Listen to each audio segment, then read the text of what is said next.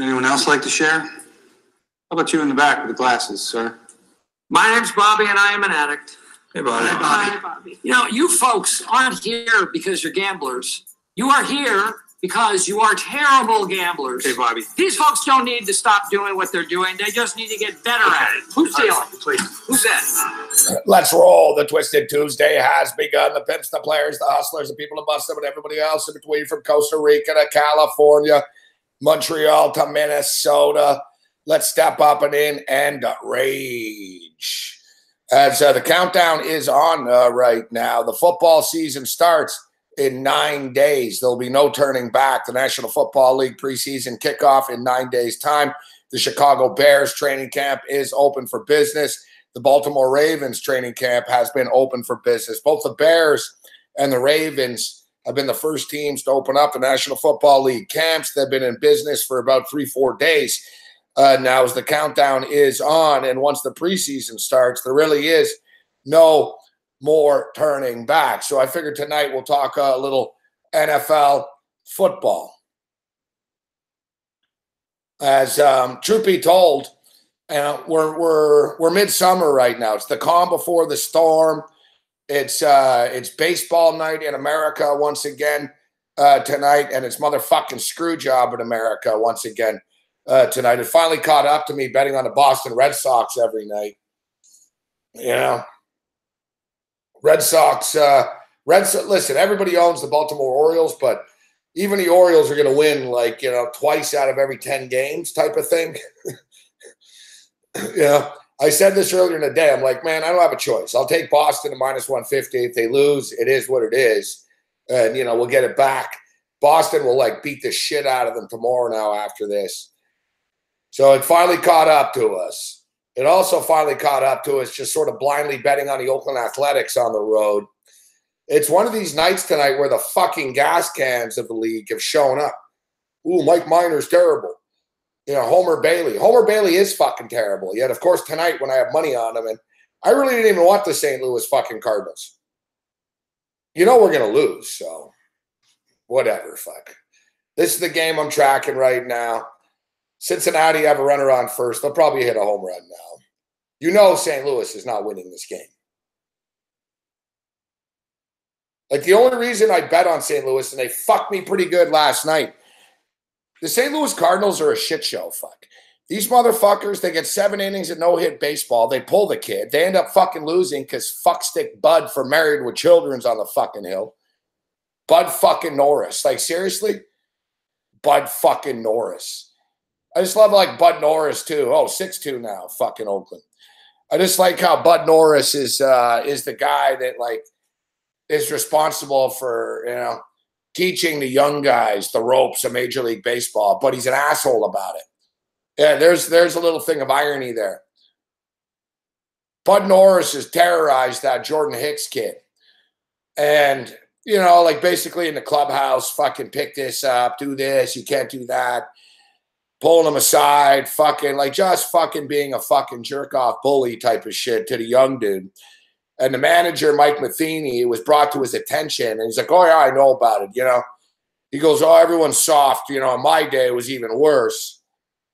It's I don't give a shit what it was like in your fucking day. You're a fucking idiot. Your clubhouse is all fucked up. And I just find it funny that Mike Matheny didn't care that Bud Norris was an asshole in the clubhouse.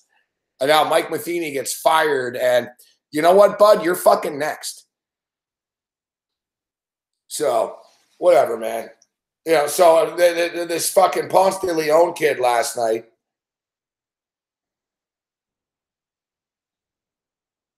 Ponce de Leon last night, fucking kid, Major League Baseball debut, 7 hits and no-hit baseball. They take him out. It's man, whatever, fuck. At that point, you just let the kid try to get a fucking no-hitter, all right? The kid, if I'm managing, you're going nowhere, the St. Louis Cardinals anyways. If I'm managing, I'm not thinking, well, he's already at 116 pitches. I'm thinking the kid has the opportunity to become the first player in the history of the game to fucking throw a no-hitter in his debut. I'm not getting in the way of this, fuck. If he gives up a fucking hit in the 8th, we're taking him out. You know what I mean? But no. I don't know. Maybe I'm just stupid and shit, but I'm of the belief if your pitcher has a no-hitter, you leave him in. And then secondly, it's just not a good look. And I get it. They're playing like roster games and shit, but they sent the kid back down today to Memphis. It's like, he's fucking better than any of the fucking stooges on your team. Like, why are you sending him back down? But, they're playing a little roster game and shit like that. It happens all the time, Grinch.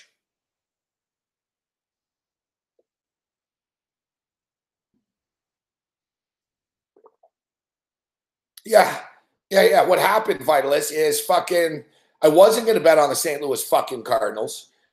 I didn't want to bet on the St. Louis Cardinals. I made a bet against Homer Bailey. The stupid DFS stuff brainwashed me today.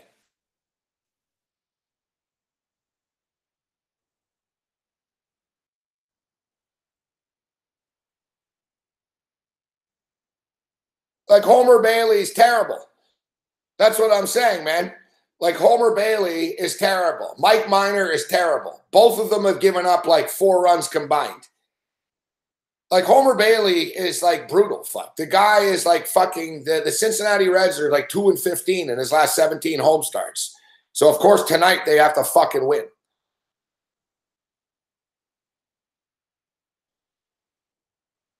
No, Paxton's a scratch tonight. You know what, Reggie? We've done well in baseball. We've done well in baseball this year, but it's just whatever, man. It's like the last 24 hours for me. I'm sort of on tilt right now. And I did have the Pittsburgh Pirates again tonight, but like I said, I took the Oakland Athletics, loser. Fucking the Boston Red Sox never lose, whatever. Like, that's the thing. When you bet on these fucking teams that win all the time, it's hard to get really raged when they fucking lose, right? Well, let's hope for the best, Sandercock. And I don't really want to lay the price here. I got pretty much a lot tied up on this Cardinal game here too. So my interest in the rest of the night is kind of on this. Now, I've got a early morning commitment tomorrow, so we'll try to rein this show in a little bit here this evening, although we always say that. I said that last night. I look up, it's 1:18 in the morning. I'm like, holy shit, fuck.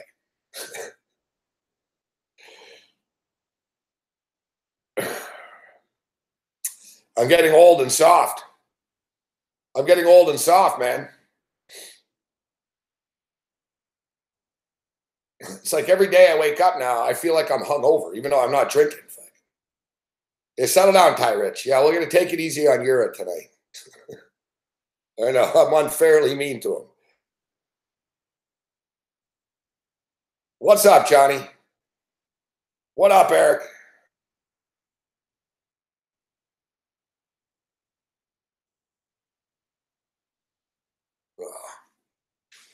I don't know.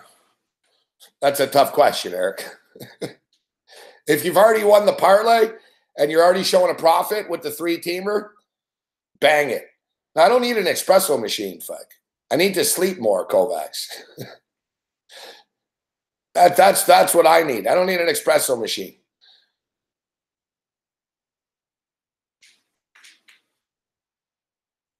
All right, so we'll see. I have it on the strongman competition right now, man. These motherfucking guys are massive, fuck. Some crazy ass shit, fuck. Like, I remember the strongman competitions in the old days, but they've raised it up to a new level. Like, they've raised it up to a new level. Like, all these guys, they're insane, fuck. I don't know where they are right now. They seem to be somewhere in Africa. Oh, Botswana.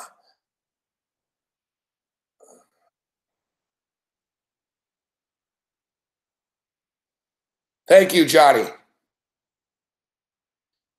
Yeah, I get the feeling, Ty Rich, they don't test for steroids in this league. Look at this shit they're lifting up, man. I couldn't move it, let alone lift it. Like, honestly, I couldn't move it. Like, I'd be there like, fuck it, I can't move this. Like, they'd be like, all right, move it an inch. I'd be like, no, I can't do that. It makes me feel better right now to see this big fucking dude tap out. He just tried to lift up the weight. He was like, nah, I can't do it. He tapped out right away. Looks like he's going, here's another dude coming in.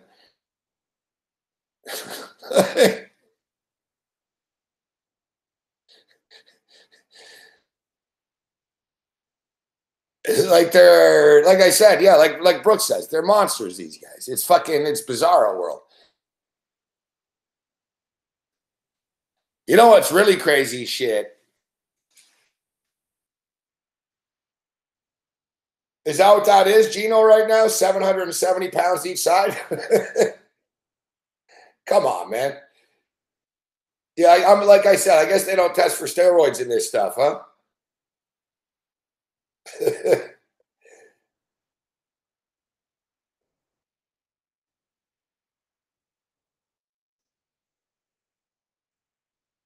Well, that's the thing, Ryan, see. I bench about 450, no problem, but, 1,000's a little bit much.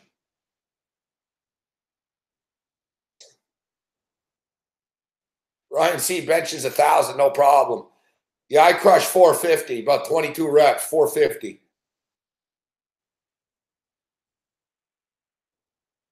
If I was on like a fucking a bench press,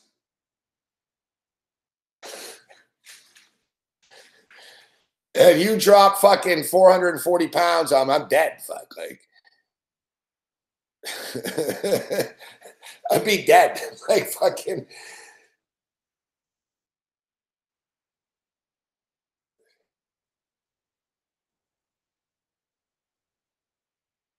One thing, though, I'll tell you, though, in the NFL Combine, no, I couldn't bench Ken. No. No. Can I bench press Cam Stewart?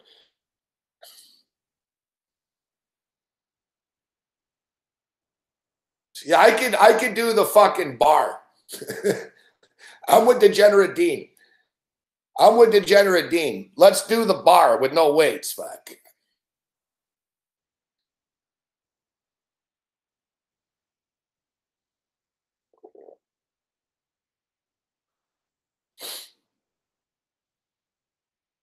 Yeah, the bar, I could handle the bar.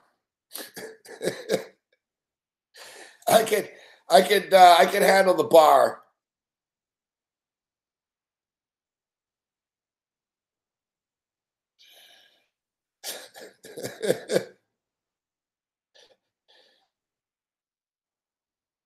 Ken says he can't bench press a miso. Je take it.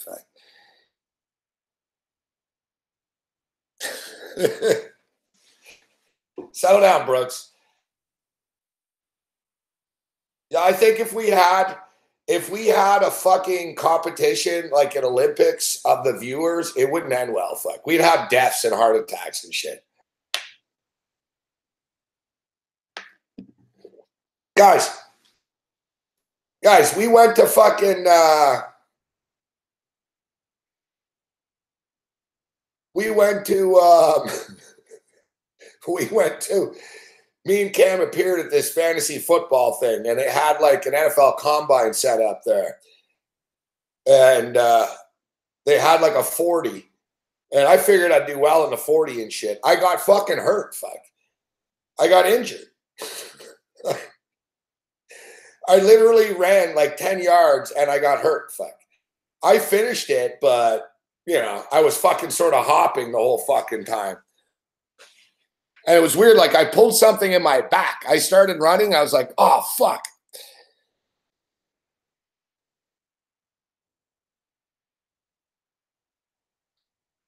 We talked about it. We had that golf tournament last year. Fuck. I was injured for a week after.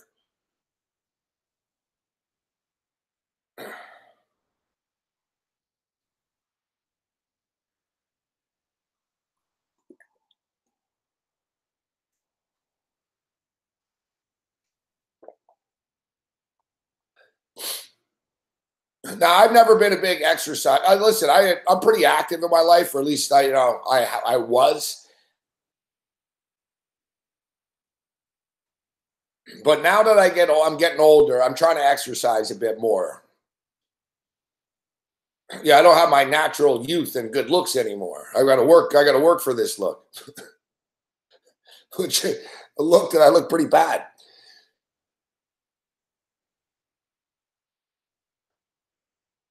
Yeah, I'd like to see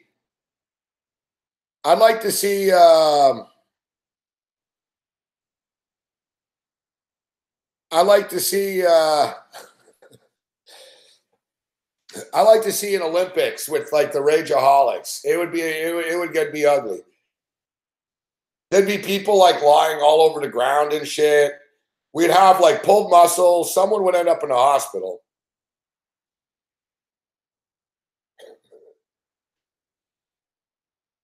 I used to do things, but you can't do things. You can't have fun anymore. I once had a fucking competition in a parking lot. It was winter time, so there was some snow, but I had a competition in a parking lot, and our boy Clam Chowder was there. And basically, it was like we had pro football players there, and we had a football. And it was like autographed and shit. We were going to autograph after it. I don't know why I got the idea. It was a great idea. It was a horrible idea, but at the time, it seemed like a good idea. So I was like, all right, we're going to go outside in the parking lot. And there was like this big parking lot. And I'm like, I'm going to be the quarterback. And, we're going to have wide receivers and DBs and shit. And we're going to get a winner. So I'm throwing passes to people. And like whoever caught it for a touchdown would like advance. And this guy Madness that used to call our show, he was actually on the Saturday night show. We had a Madness sighting. He fucking tackled Clam Chowder, our boy Chowder. Like Kyle Hamburg, who's Clam Chowder's bodyguard, wouldn't have been impressed. Yeah, Madness fucking tackled Clam Chowder, like on the concrete. He smoked him. And this Madness guy is like a big fat guy too, So like he came running in and Clam Chowder had the ball and shit, and fucking Buddy fucking smoked Chowder. Chowder nearly got fucking smoked into a car, like a parked car in a parking lot. Chowder's a big dude too. Like Chowder kind of like flew through the air. Like this Madness dude hit him so hard. Chowder sort of got like lifted off the air. I thought Chowder was dead. He's in the parking lot. I'm like, all right, game's over. I'm like, what are you doing? Like, what are you tackling this guy in the concrete? He's like, I want the ball. It's like, settle down. There was the other time we had we had a chicken wing eating contest. The fucking dude that won ate the bones.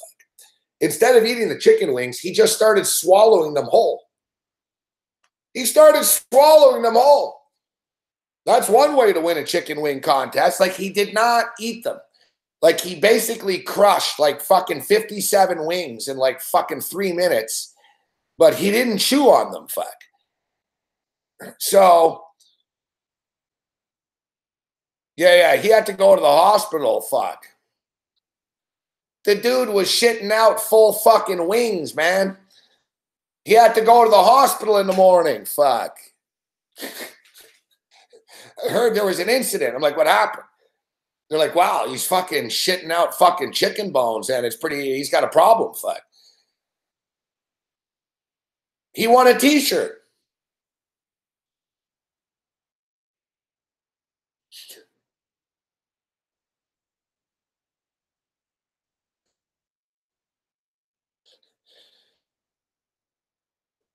Now, of course, on a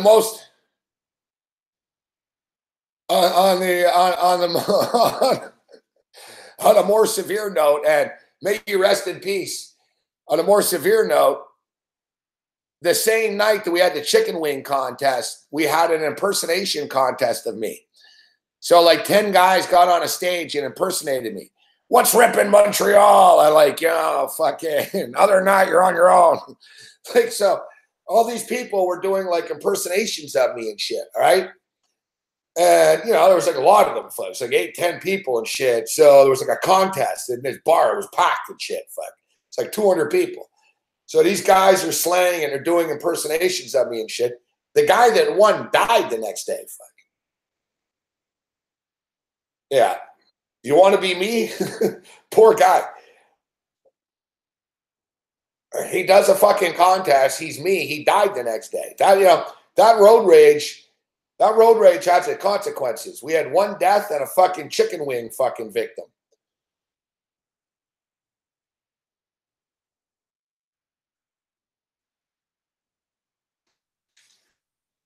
The guy had like a heart attack. Fuck.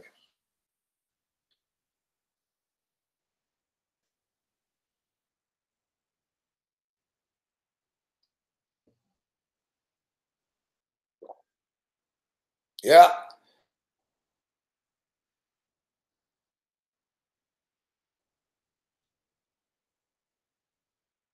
Yeah. See, you guys, well, he did do a lot of cocaine, the guy.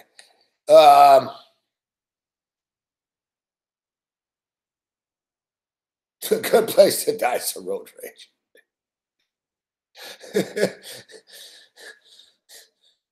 A good place. Yeah, it's a great place. Yeah, great place to die. I hope I don't die in a road rage. Fuck. I'll tell you that much. Oh, God, that'll be my luck.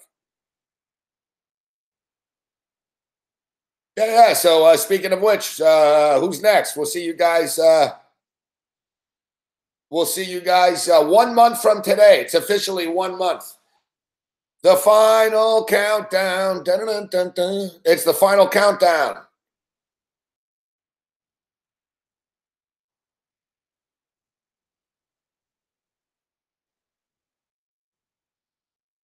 The IFBC now officially 1 month away. Settle down, Larry Savage. The fucking Orioles are winning.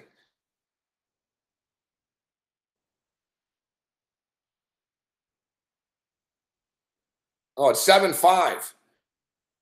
There's no out now, too. They're going to the top of the ninth inning. It's 7-5. Can we get a comeback here? Can we get a comeback?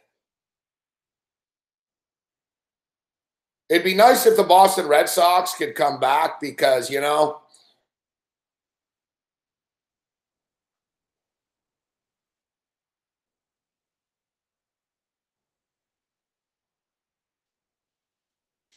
be nice if the Red Sox could come back because the Red Sox, they never win, and the people of Boston, they deserve a break.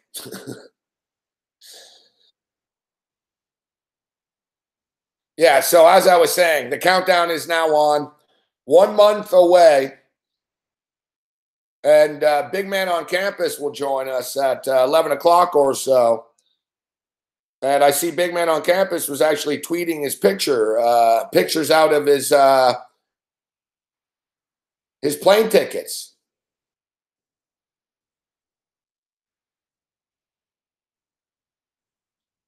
So the people that were convinced that Big Man on Campus would not be in Vegas, he appears to have his plane tickets because I got to be honest, even I had my reservations.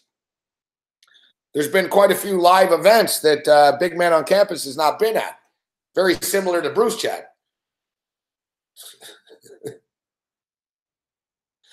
Very similar. Very, very similar to Bruce Chad. Where is Bruce anyways?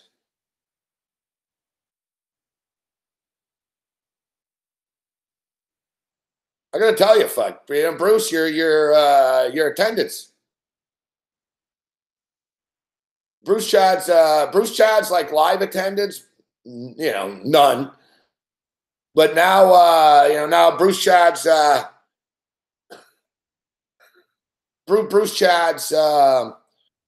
show attendance, very, very suspect, Bruce.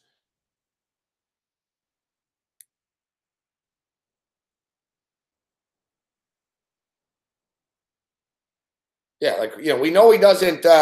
We know Bruce doesn't leave the fucking house. So where you at, Bruce? Come on. What's up, Sonny Vega?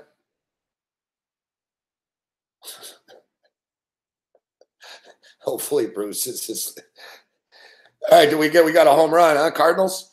Whatever, man. The Cardinals can blow the fucking lead. They always fuck this shit up, man.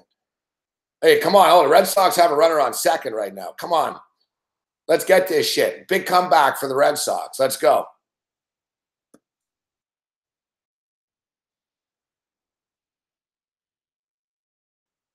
One thing I did see, and I don't know if you're aware of this, big man. I don't know if you're aware of this, but SBR is going to have like the panelists share rooms, which I really don't think I can do. First off, no one, listen, you don't want to be in a hotel room with me in Las Vegas, all right? Number one. Because number one, my room always turns into the fucking shit show fucking party room. Number two, I smoke a lot of weed. So if you don't smoke weed, that's no good. Fuck, because I will smoke weed in the hotel room.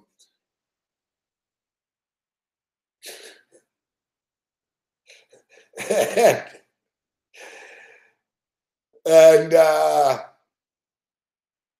yeah, because I got a message today. I'm like, yeah, I'm good to go. And I asked, so what's the deal? He goes, oh, we're just figuring out who's going to room with who. And I was thinking, because Zach joked, he goes, I'll put you with Big Man on campus. You and Big Man, LOL. I was thinking, yeah, I don't have no problem with Big Man, but I don't think Big Man wants to deal with fucking 13 rageaholics fucking doing blow at 2 a.m. in the room. Fucking, you know, like, I can't control shit, right?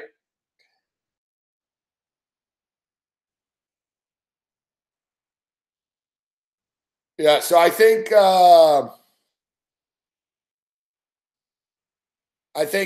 I'm gonna have to. I'm gonna tell him, yeah, listen, fucking, I'll be booking my own room. You know what's funny? Me and Cam used to share rooms all the time in Vegas. Now we don't. No, man. So it was funny. Yeah, there was a list. Zach gave me a list. He's like, yeah, you're going to be on a panel with these people. And he goes, you know, who do you want to share a room with? I'm like, I don't know. I guess fucking Vegas Kelly. Or Kelly in Vegas or whatever her name is. There was a bunch of names on the list. I'm like, well, if I'm sharing a room, I was like, I'm not sharing a room with fucking any dude. That's not happening. But if you really need me to share a room, I guess I can share a room with that Kelly in Vegas chick. Oh, great. Ken's going to get a room right next to me. Settle down, Beastly. I'm a VIP at Circus Circus.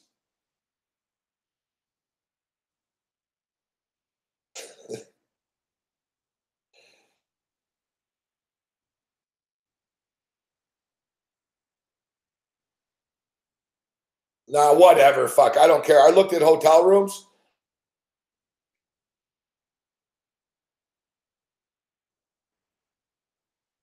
Me and Babano were roommates in Vancouver.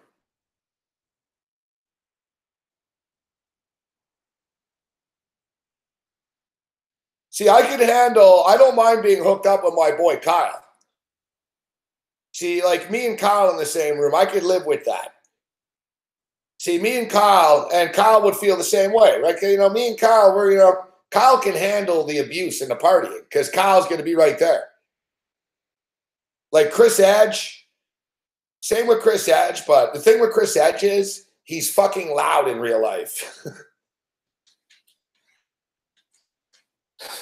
So I had to tell Chris Edge to settle down like 5 times in my room last time. Once I was like trying to sleep. It's like 5 a.m. and Chris Edge is in my room and he's fucking talking to MVP Sports, the dude from Minnesota. And I basically had to ask him, I'm like, bro, I finally got up. I said, like, why aren't you in your guys' room right now? Like, I don't understand why you're sitting in my room at 5 a.m. talking to each other. Some other dudes brought some fucking chicks to my room. It's like, dude, what? Like I don't.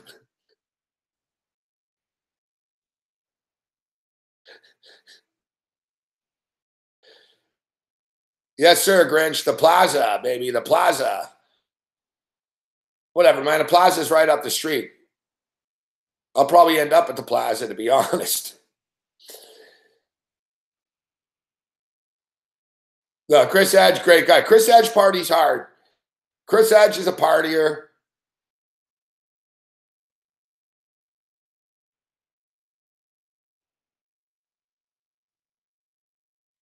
All right, Beastly, you have one more stupid thing to say? They won't let me back in the Hooters. They won't let me in the Circus.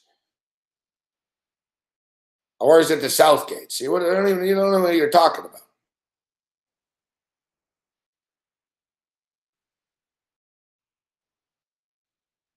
Yes, the Stratosphere is a shithole.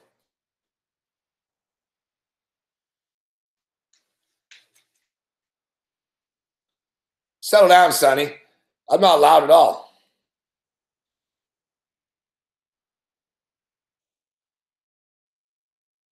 You're the troublemaker, Sonny.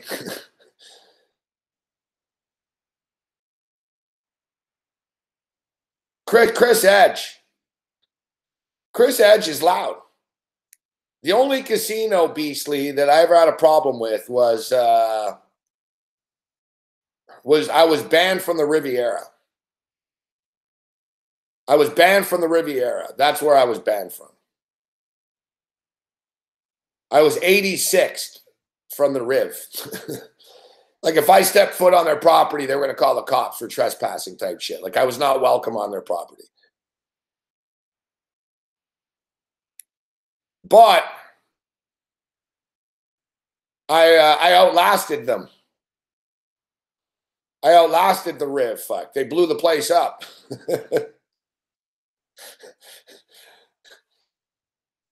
That's part of one of the reasons why I got banned.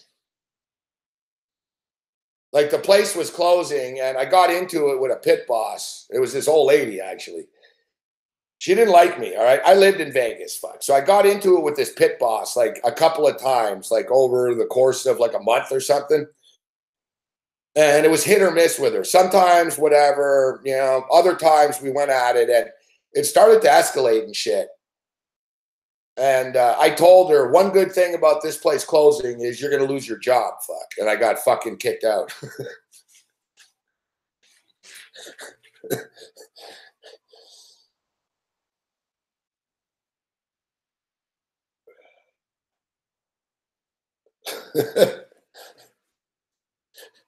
She didn't like that too much.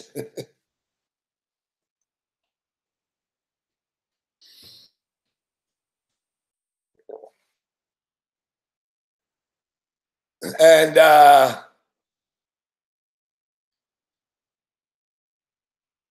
once the final straw, I got into her with her about that once, but the final straw was I was at the fucking roulette wheel, and you know, like on the roulette wheel, like they show what numbers came up last and shit.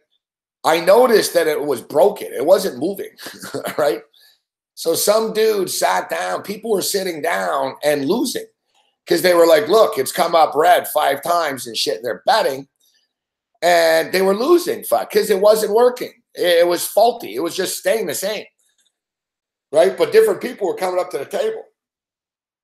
So I said to the dealer, I said, this is some Bush League shit you guys got going on here, man. And I said, I said, you know, you should turn it off because people are falling for it. He was like, mind your own business, essentially. And whatever, man. People that would listen to me at the table that sat down, some people are assholes, so I didn't care if they lost. But some people I was trying to help. So there was one dude, fuck, he was about to put like fucking $600-700, fuck. So I told him across the table, I said, hey, this is a crooked casino. They're fucking people with people here. And he took his money and he got all pissed. He goes, what the fuck's going on here, man? And then they were like, all right, you're out, fuck. And then finally they banned me because I exposed them for fucking being crooked with the roulette fucking game. And this time, but I got kicked out of the Riviera like 3 times, right? Like I got kicked out of there once a week type shit. But finally it was real. Like they fucking pulled me aside and shit. And they had my picture. They took my picture. And they're like, listen, we're just letting you know, you know, it was security. Like they tell you, They said, listen, you know, you've been kicked out of here before, but you were never 86. And they explain to you what 86 is. They're like, you've been 86, which means that if you ever step foot on our property again, we're going to call the police for trespassing. You won't just get kicked out, you know, and basically you will immediately call the police. So it was fucking funny. I lived right across the street from them. So I used to walk past all the fucking time, right? And it always watched me, like thinking, I was like, fuck off. I used to mouth off when I'd walk by. I'd be on the sidewalk. I'd be like, fuck you. I'm not coming in. But the thing is, I like the pizza in the food court. So I used to put like a hood on and shit. And I'd go to the food court and fucking buddy, he's like, hey, we fucking told you. I was like, listen, it's not the casino. It's the fucking food court. I said, what, I can't get a slice of pizza now? And he's like, no, you can't. He goes, you're banned. You're banned. You can't go to the food court even. So it's fucking funny. All these times, all these fucking times that like people that would come to like Vegas, like that I knew, like they would visit me or whatever, I'd always send them over there. It was fucking hilarious. Like, people were like, why can't you go? Like, you know, or I'd be like, go in there, man, and just get like fucking get a pizza, right? They're like, why can't you go in? I was like, never mind why I can't go in. Just fucking go. Like, I remember my girlfriend at the time in Vegas. She was like, well, why can't you go in there? I was like, listen, it doesn't matter, fuck, all right? Just fucking, you know, I'm asking you to go inside. She's like, what, are you banned? What did you do in here? I'm like, listen, fuck, you know, it's not that big of a deal, all right? So finally the fucking place closed, fuck. The Riviera, they smashed it down.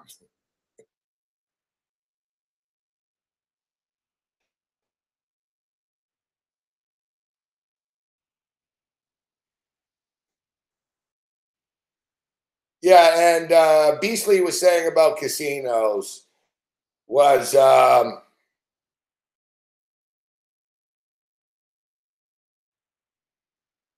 not welcome at the Westgate Casino. Or sorry, I'm not welcome at the hotel, but I'm not banned from the casino. Like if I tried to book a room there, it would probably not end well. But I actually got kicked out of that hotel before, but I've never been kicked out of the Sportsbook. You know what I mean? It's just like they're two different entities. It's like different. It's different security. It's different everything.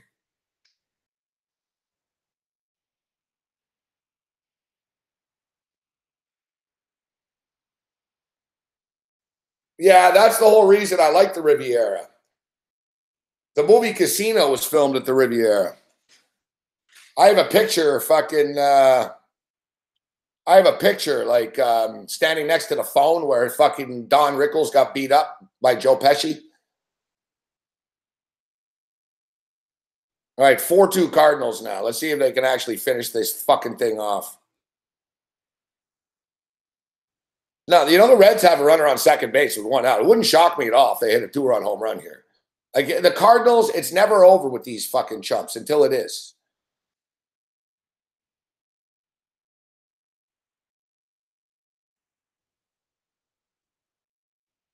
Does Vegas offer future parlays?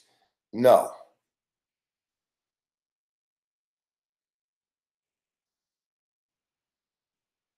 Hooters Casino? Hooters is all right, but Hooters is small. Like the Hooters Sportsbook is kind of small, and the Hooters Sportsbook is very dangerous. There's a lot of bad people at the Hooters Sportsbook. There's a lot of grifters. It's a bad corner, that corner. It's not a good corner in Vegas. Like if you're not careful in the Hooters book, like you'll get robbed. Fuck. They'll rob you in the parking lot and shit. You've got to keep your head up at Hooters. The Westgate Sportsbook is very safe.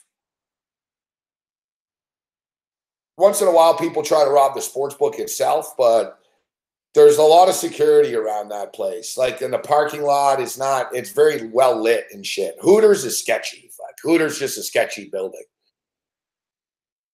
Hooters a sketchy building. It's on a sketchy corner. There's sketchy people. The plaza is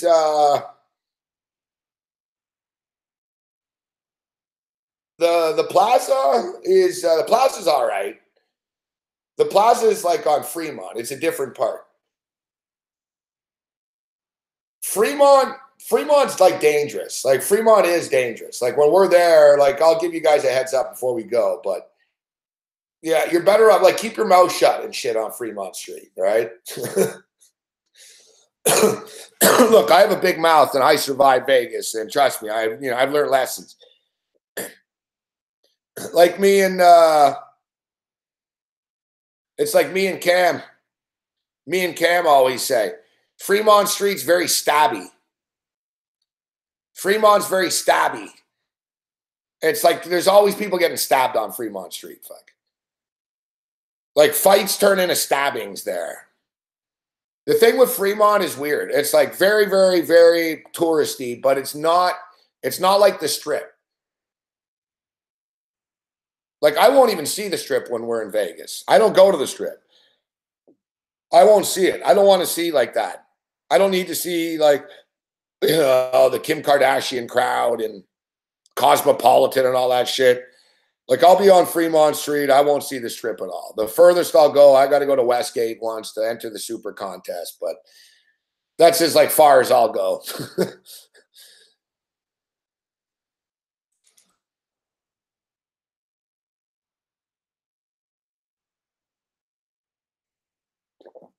Fremont Street's pretty, yeah, it's like Fremont's like older crowd. People just want to party. It's not the pretentious dressed up Vegas crowd, like the clubs and shit.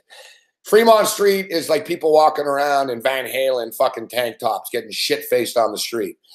And you can drink on the street and like they have a light show. They actually have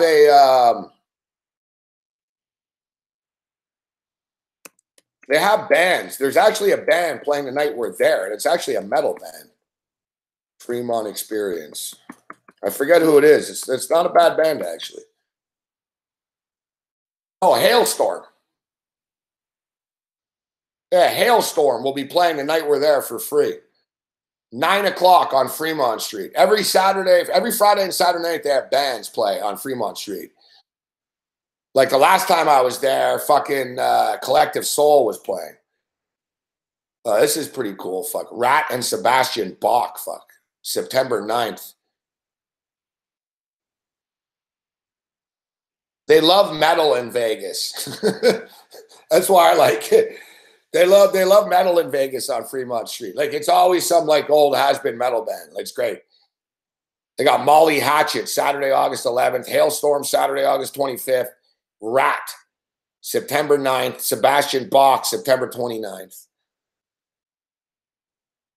Except 2 times ago, I stayed on Fremont Street. They had a fucking rave all night, man. It's the first time in my life ever I was in Vegas. I knew I was getting old. Is when I was complaining about the noise. Like, I was fucking pissed. You know, I had to wake up early in the morning to do a show. And I was like fucking 4:30, 5 in the morning in Vegas. And I was on Fremont Street and my fucking room was shaking, man. Doom, doom, doom, doom, doom, doom. Like, put it this way. Like, if you're on Fremont, it's not quiet. Like, it's not quiet. Like, there's fucking raves all night. There's going to be metal fucking bands on the street playing. It's fucking loud, man. There's one hotel where, like, you know, it's just fucking, it's like you're on the street.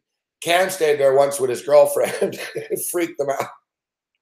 It's like, I think it's the California. Like, your window is literally, like, right next to the stage. Like, there's no avoiding it.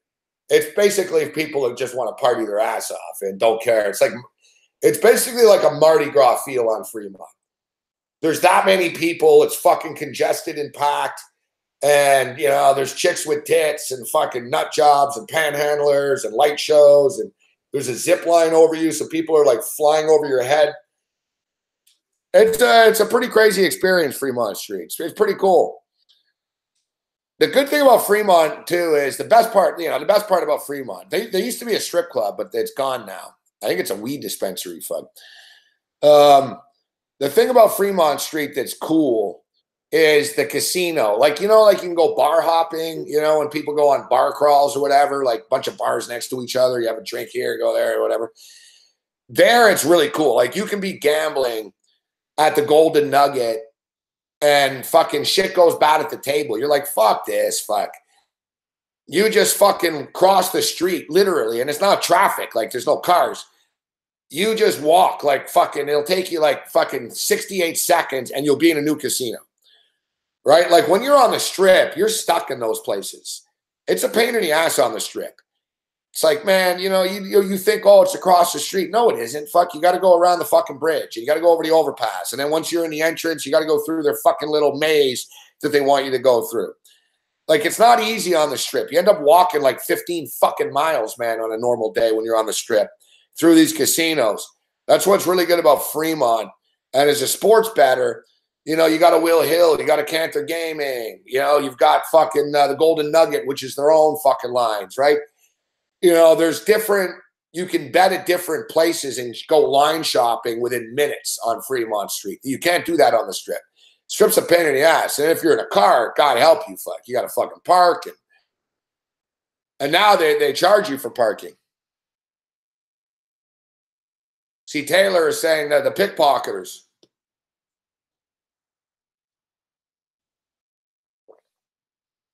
Wallet in front pocket on Fremont Street.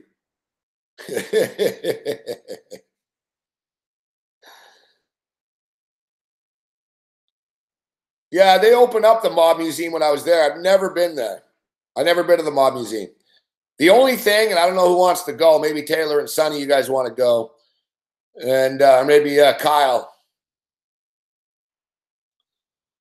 Is I want to go, I'm going to go to the casino graveyard. Like they keep all the old signs of all the classic casinos and shit. And at nighttime, they plug them in and light them up and shit. So they have this laid out. It's like a graveyard of Vegas history. So, they got the Stardust sign and the fucking Elvis fucking banner. Like, you know what I mean? They preserve all their signs and shit. The neon lights and fucking Elvis and Frank Sinatra. Yeah, the Neon Museum. I've never been there. I lived in Vegas for years. I never went there.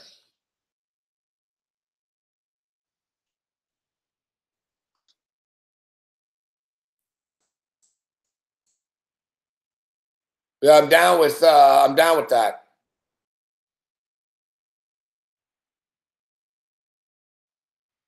Going to be 118 degrees more. That's fine. We'll be inside. Well, that's the thing, to be honest, Taylor, is the Neon Museum is getting bigger now, right? They actually have a shitload of stuff. I remember before it's just a few things, but so many things have closed now. I mean, Vegas has changed so much. Did St. Louis win this fucking ball game?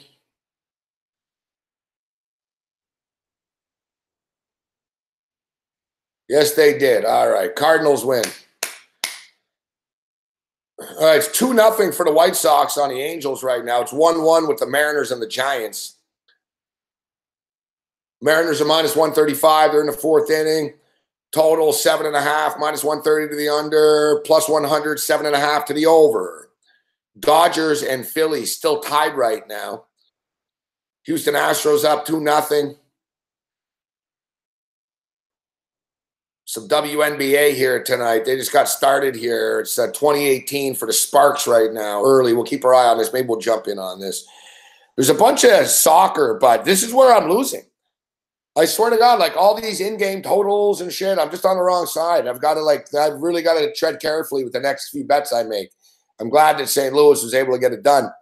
So I was talking about 9 days and counting to the start of the National Football League preseason. And we've got some interesting NFL tidbits and facts just to kick around here, courtesy of Mark Lawrence, who we'll see at the IFBC.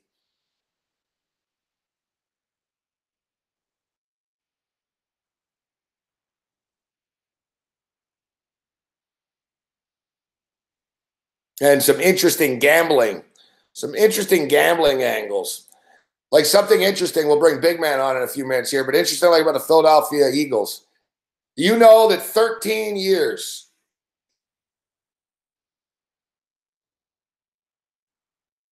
thirteen years in a row, guys, nobody is repeated as division champions in the NFC East.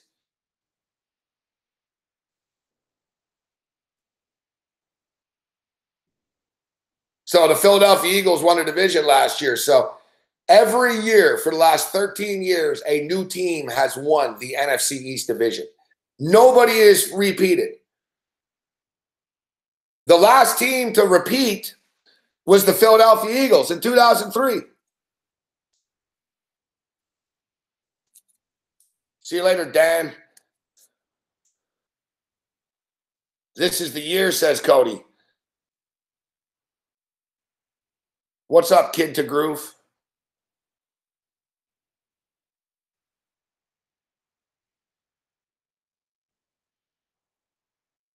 Here's an interesting one. The Oakland Raiders will travel the most this year. The Oakland Raiders will travel 31,000 miles, man. 31,732 miles. Most of all teams in the NFL. The Carolina Panthers will travel the fewest, 6,938. Like, that's a major discrepancy right there. I don't know how many of you like are frequent flyers, but trust me, spending 26 fucking thousand miles less in the air over a fucking, 4-month period is, if you told me, Morency, you got to fly, and I do this often, I don't fly like these guys, but man, 31,000 fucking miles, a lot of fucking flights, man. It's a lot of time on an airplane, and airplanes suck. And these guys aren't on like NBA fucking sweet shit, all right? NFL owners are cheap, man. These guys are big dudes. They barely got to squeeze in these seats. It's torture to be on the flights for these guys. Carolina Panthers travel the fewest, 6,938 yards.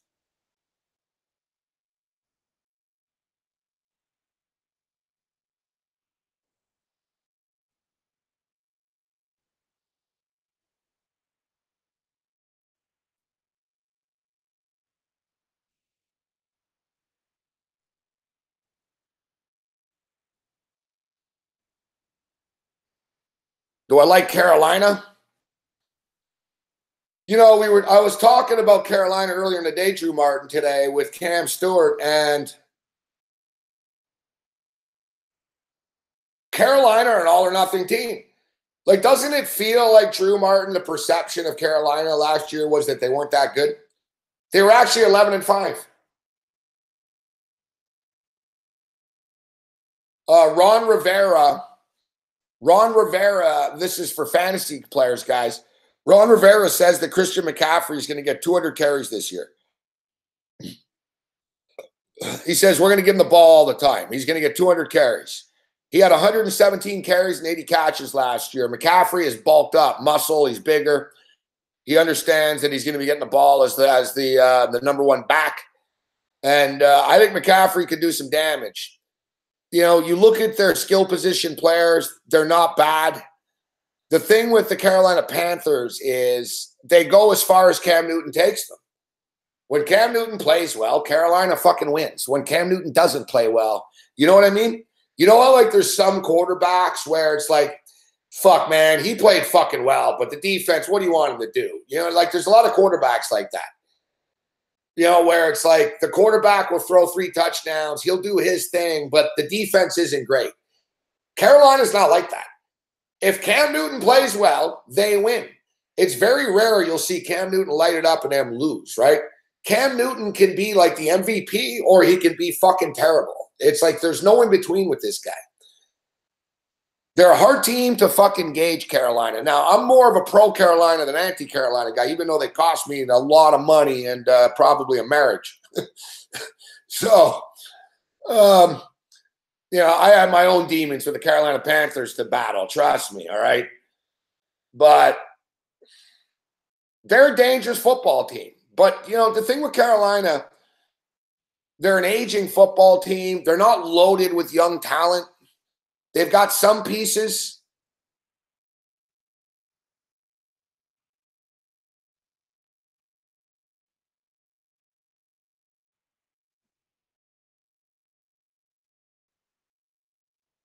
Yeah, like I said, though, guys. What's up, Jen Ann? Like I said, look, Carolina, there was sort of a perception that Carolina wasn't good last year. They won 11 games, right? Like, they are a good team. Ron Rivera can be frustrating. Like I said, Carolina is all or nothing, man. Like, they're a tough team to gauge, Carolina.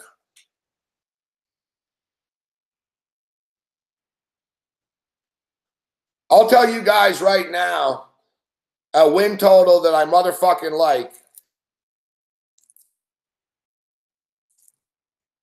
A win total that I'm starting to buy into right now is the Arizona Cardinals over 5.5 wins, man. That's too motherfucking low. If you remember last year at the IFBC, I gave you Florida Atlantic, but I also said Arizona Cardinals over 8.5. The Arizona Cardinals lost David Johnson, who's maybe the best back in the NFL. And Carson Palmer played like shit, and then he got hurt. And they still won 8 games last year. Sam Bradford is in a quarterback battle right now. Josh Rosen has looked good so far, but so is Bradford. We have a healthy quarterback situation going on here. Sam Bradford is good. And if Sam Bradford gets hurt, which we know he always does, then Josh Rosen comes in. 5.5 games is way too low for the Arizona fucking Cardinals. The Seattle Seahawks are okay. The 49ers are fucking overrated. You know, everyone's in love with the Rams and the 49ers now suddenly, and it's like the Arizona Cardinals are just, you know, they're horrible. You're telling me Arizona's a 5-11 football team? I don't think so.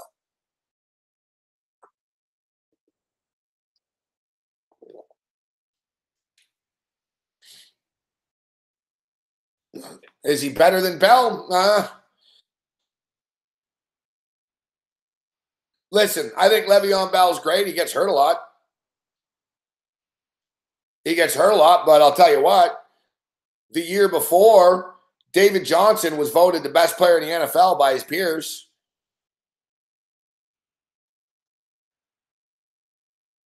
I think people don't realize how good David Johnson is. But let's be real. We're talking about a running back that hasn't fucking played football in a year, right? I mean, he got hurt in the first game of the year last year against the Detroit Lions.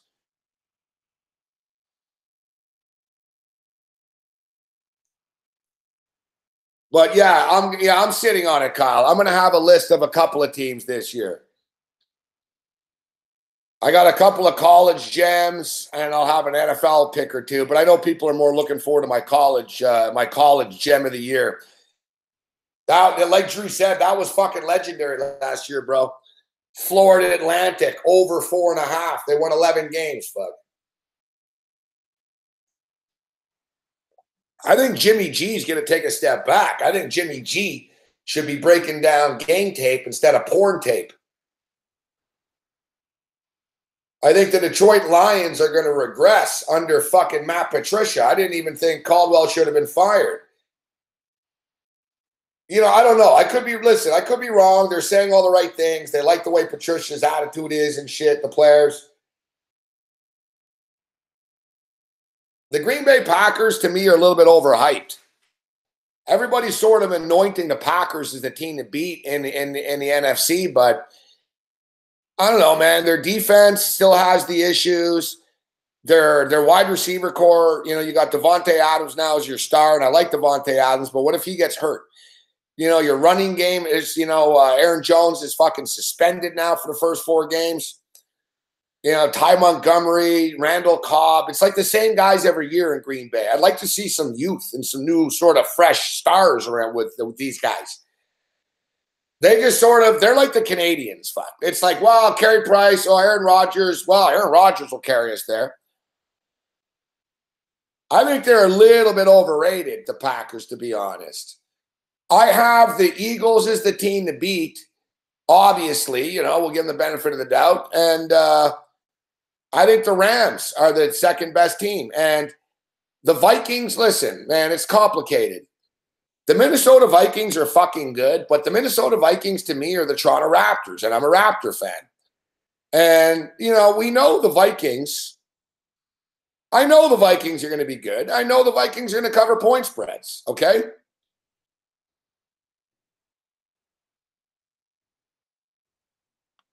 And we'll get into that, but nobody is better. You know, Zimmer has never had a losing record in the NFL against the spread. He's like the only guy. It's crazy. Every fucking year. Like his word, a bad year for him is like 9-7 ATS.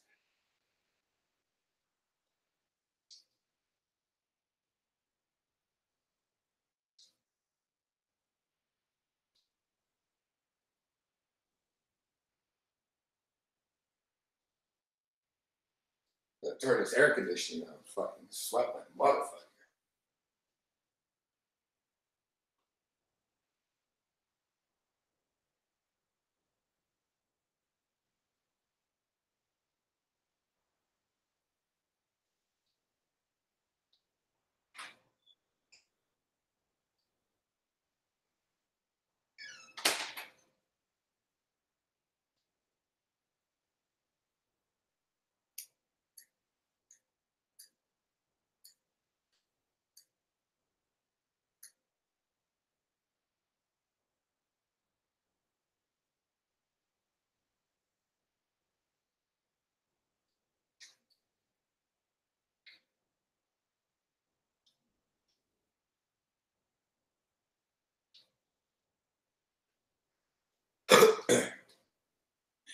Man, it's so fucking humid here, man. Even the weed's humid, fuck.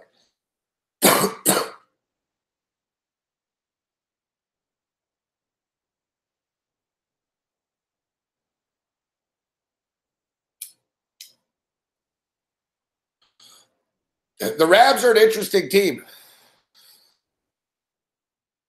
The Rabs are an interesting team. So we're talking about the Vikings. The Vikings are fucking stacked. You know, they got Kirk Cousins right now, but I'm not highly sold on Kirk Cousins. Maybe I'm buying the hype. maybe I'm buying that West Coast fucking sizzle as opposed to the steak. You know, maybe I'm a sucker and maybe it's a combustible situation. But I think the LA fucking Rams are the real fucking deal, man. I look at that LA Ram football team, and I think they're a dangerous team that can compete with the Philadelphia Eagles. And if you remember last year, probably the best game in the NFL last year was that Philadelphia Ram game. It was actually the game that Carson Wentz got hurt in.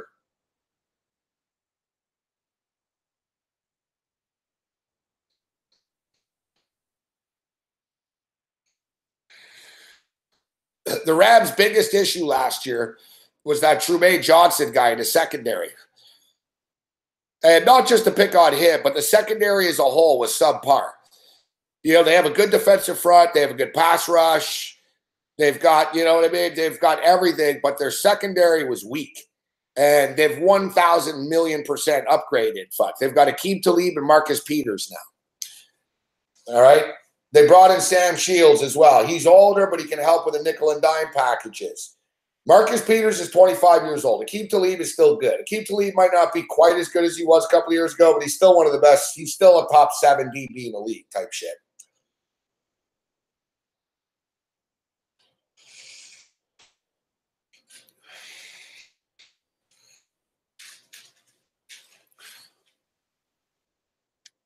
The Rabs are stacked. And one thing about the Rabs, they're playing a dangerous game, but it's going to be interesting to see. I always bitch about teams. Like we talked about the Buffalo Bills the other night, or I did on another show. And I was saying about how the Buffalo Bills have 29 guys that are not under contract. Like the Buffalo Bills basically told everyone on the team, none of you deserve a fucking extension. We're not giving anyone extensions. Go out there and play well. And, you know, if you play really well, hey, you know what I mean? We'll owe you a lot of money. The Rams are going about it differently, if you notice. The Rams just gave Brandon Cooks a 5-year fucking deal with a lot of guaranteed money, man. All right? Like, the Rams are taking care of their players. Like, they really are. Todd Gurley today, guaranteed money. Not the whole thing, but pretty much all of it. Like, he got a lot of money guaranteed today. What was it, $45 million guaranteed?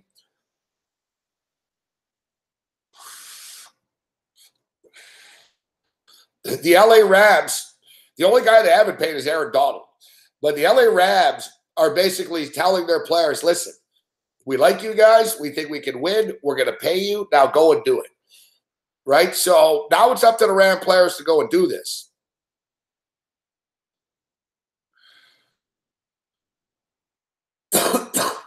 I didn't forget about the Eagles and the Vikings. Are you listening? I like you, Skiven Show. So we're not going to go hard at you, but I just talked about Kirk Cousins. I just talked about the Eagles being the team to beat.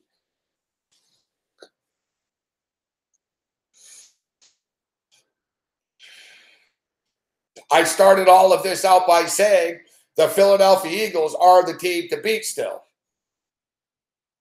Everyone always says that. Oh, I just too did. So, the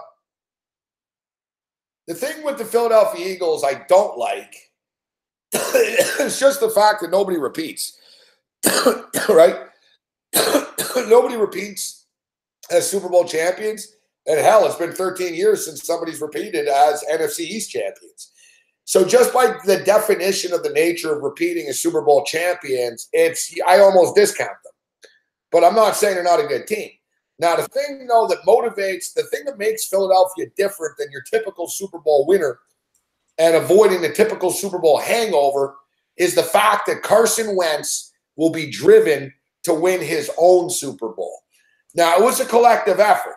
Without Carson Wentz's great play in the regular season, you don't get that lofty record, and Nick Foles doesn't have home field advantage. It was a team effort. So, Carson Wentz earned a Super Bowl ring last year. You can't, Carson Wentz earned a Super Bowl ring. He didn't piggyback this. But at the same point in time, he wasn't on the field during the Super Bowl. He never got that experience of winning the NFC Conference Championship game at home. He's going to be driven to want to do that. Plus, there's competition. Hey, Nick Foles fucking won a Super Bowl. Can you win a Super Bowl for us? So he's driven right now. And I see Big Man's ready to step in. And then one last thing, too, I want to say is, at first I sort of got a chuckle out of Tom Brady and his old man body the other night when I saw the picture, right? And, the internet blew up. Oh, you look at Tom Brady, and he sort of looked like he did in the combine and shit. He's sort of skinny, but he's got like the old man belly going and shit. And you look at Tom Brady, and I laughed. I was like, good, fuck. Tom Brady's finally fucking falling apart a bit. Then I realized after it kicked in, I'm like, this isn't good. It's the one thing that's going to motherfucking motivate this motherfucker. He's going to go, you guys are laughing at my body.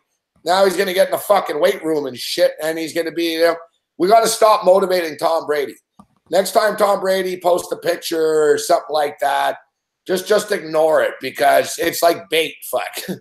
The Patriots live on being motivated. It's all about motivation.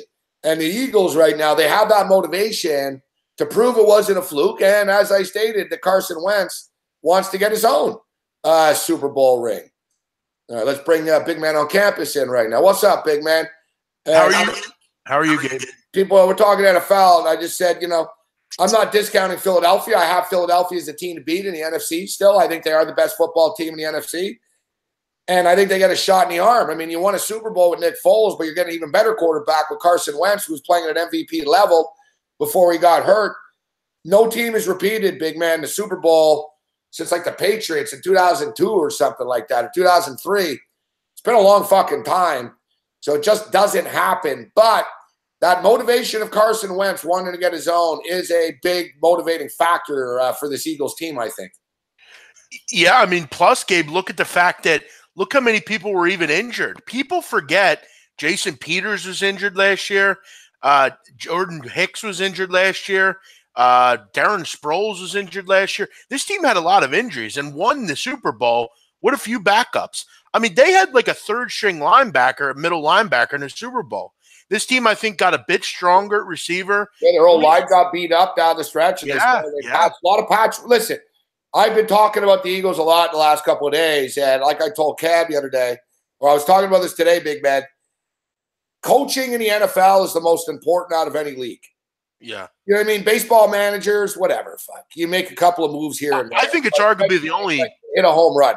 it's the only pro sport. 1,000% the talent you have. Right. Football, Dude, the Cleveland Browns have more talent than the Patriots do. The Bills have more talent. They have more first-round picks than you know what I mean?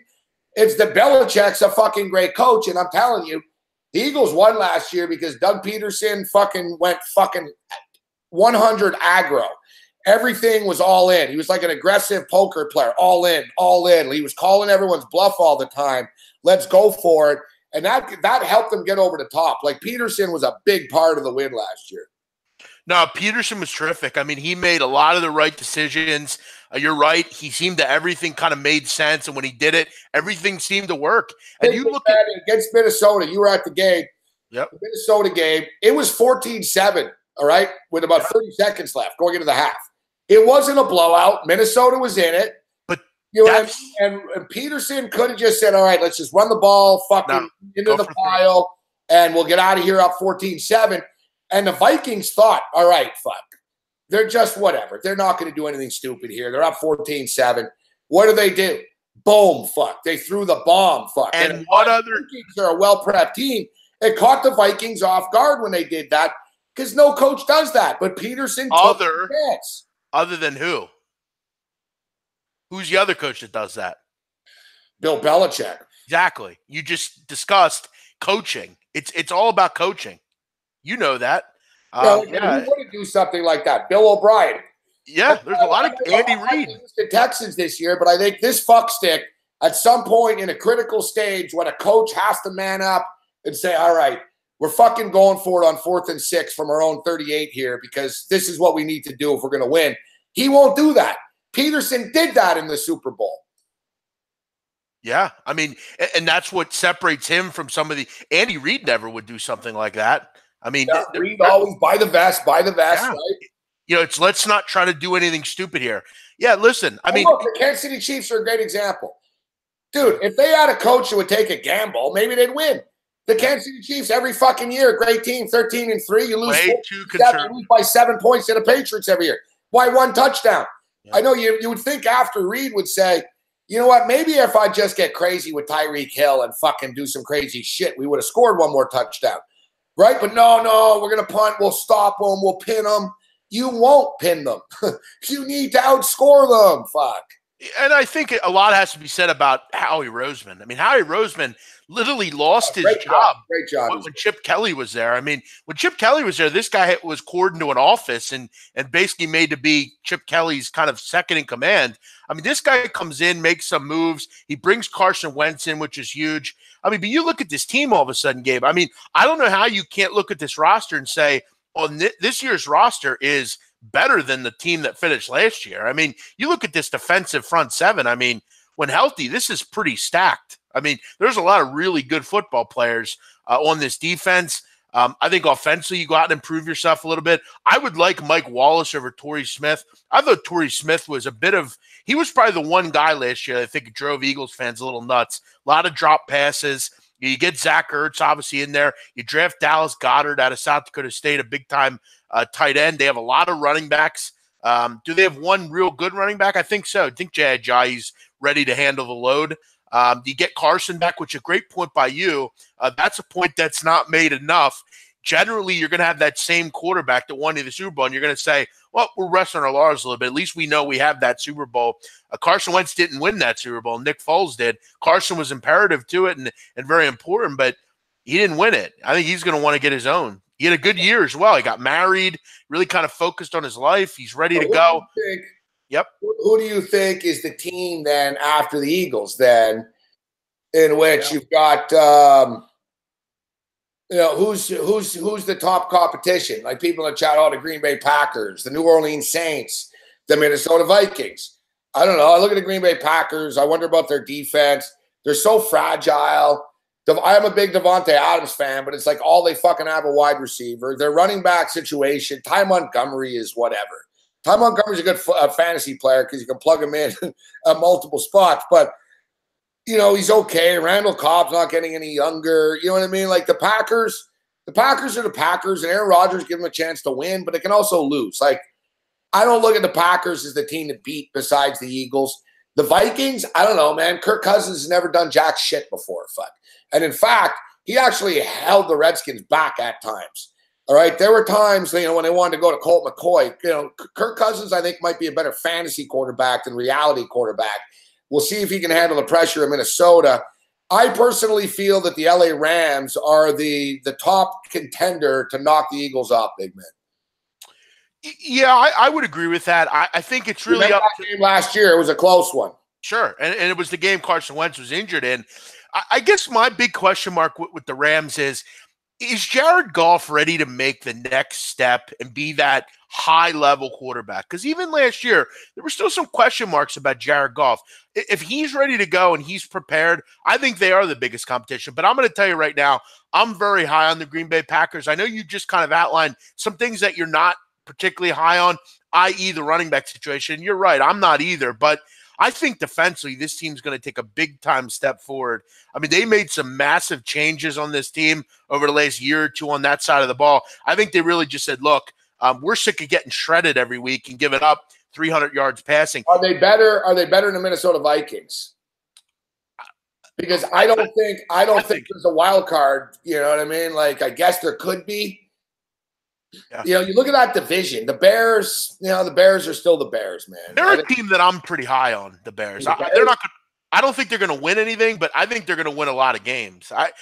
This is the one, big man, where you and I have talked a lot about Todd Monken and Tampa Bay. And Monken was the head coach of Southern Mississippi, and they were fucking terrible.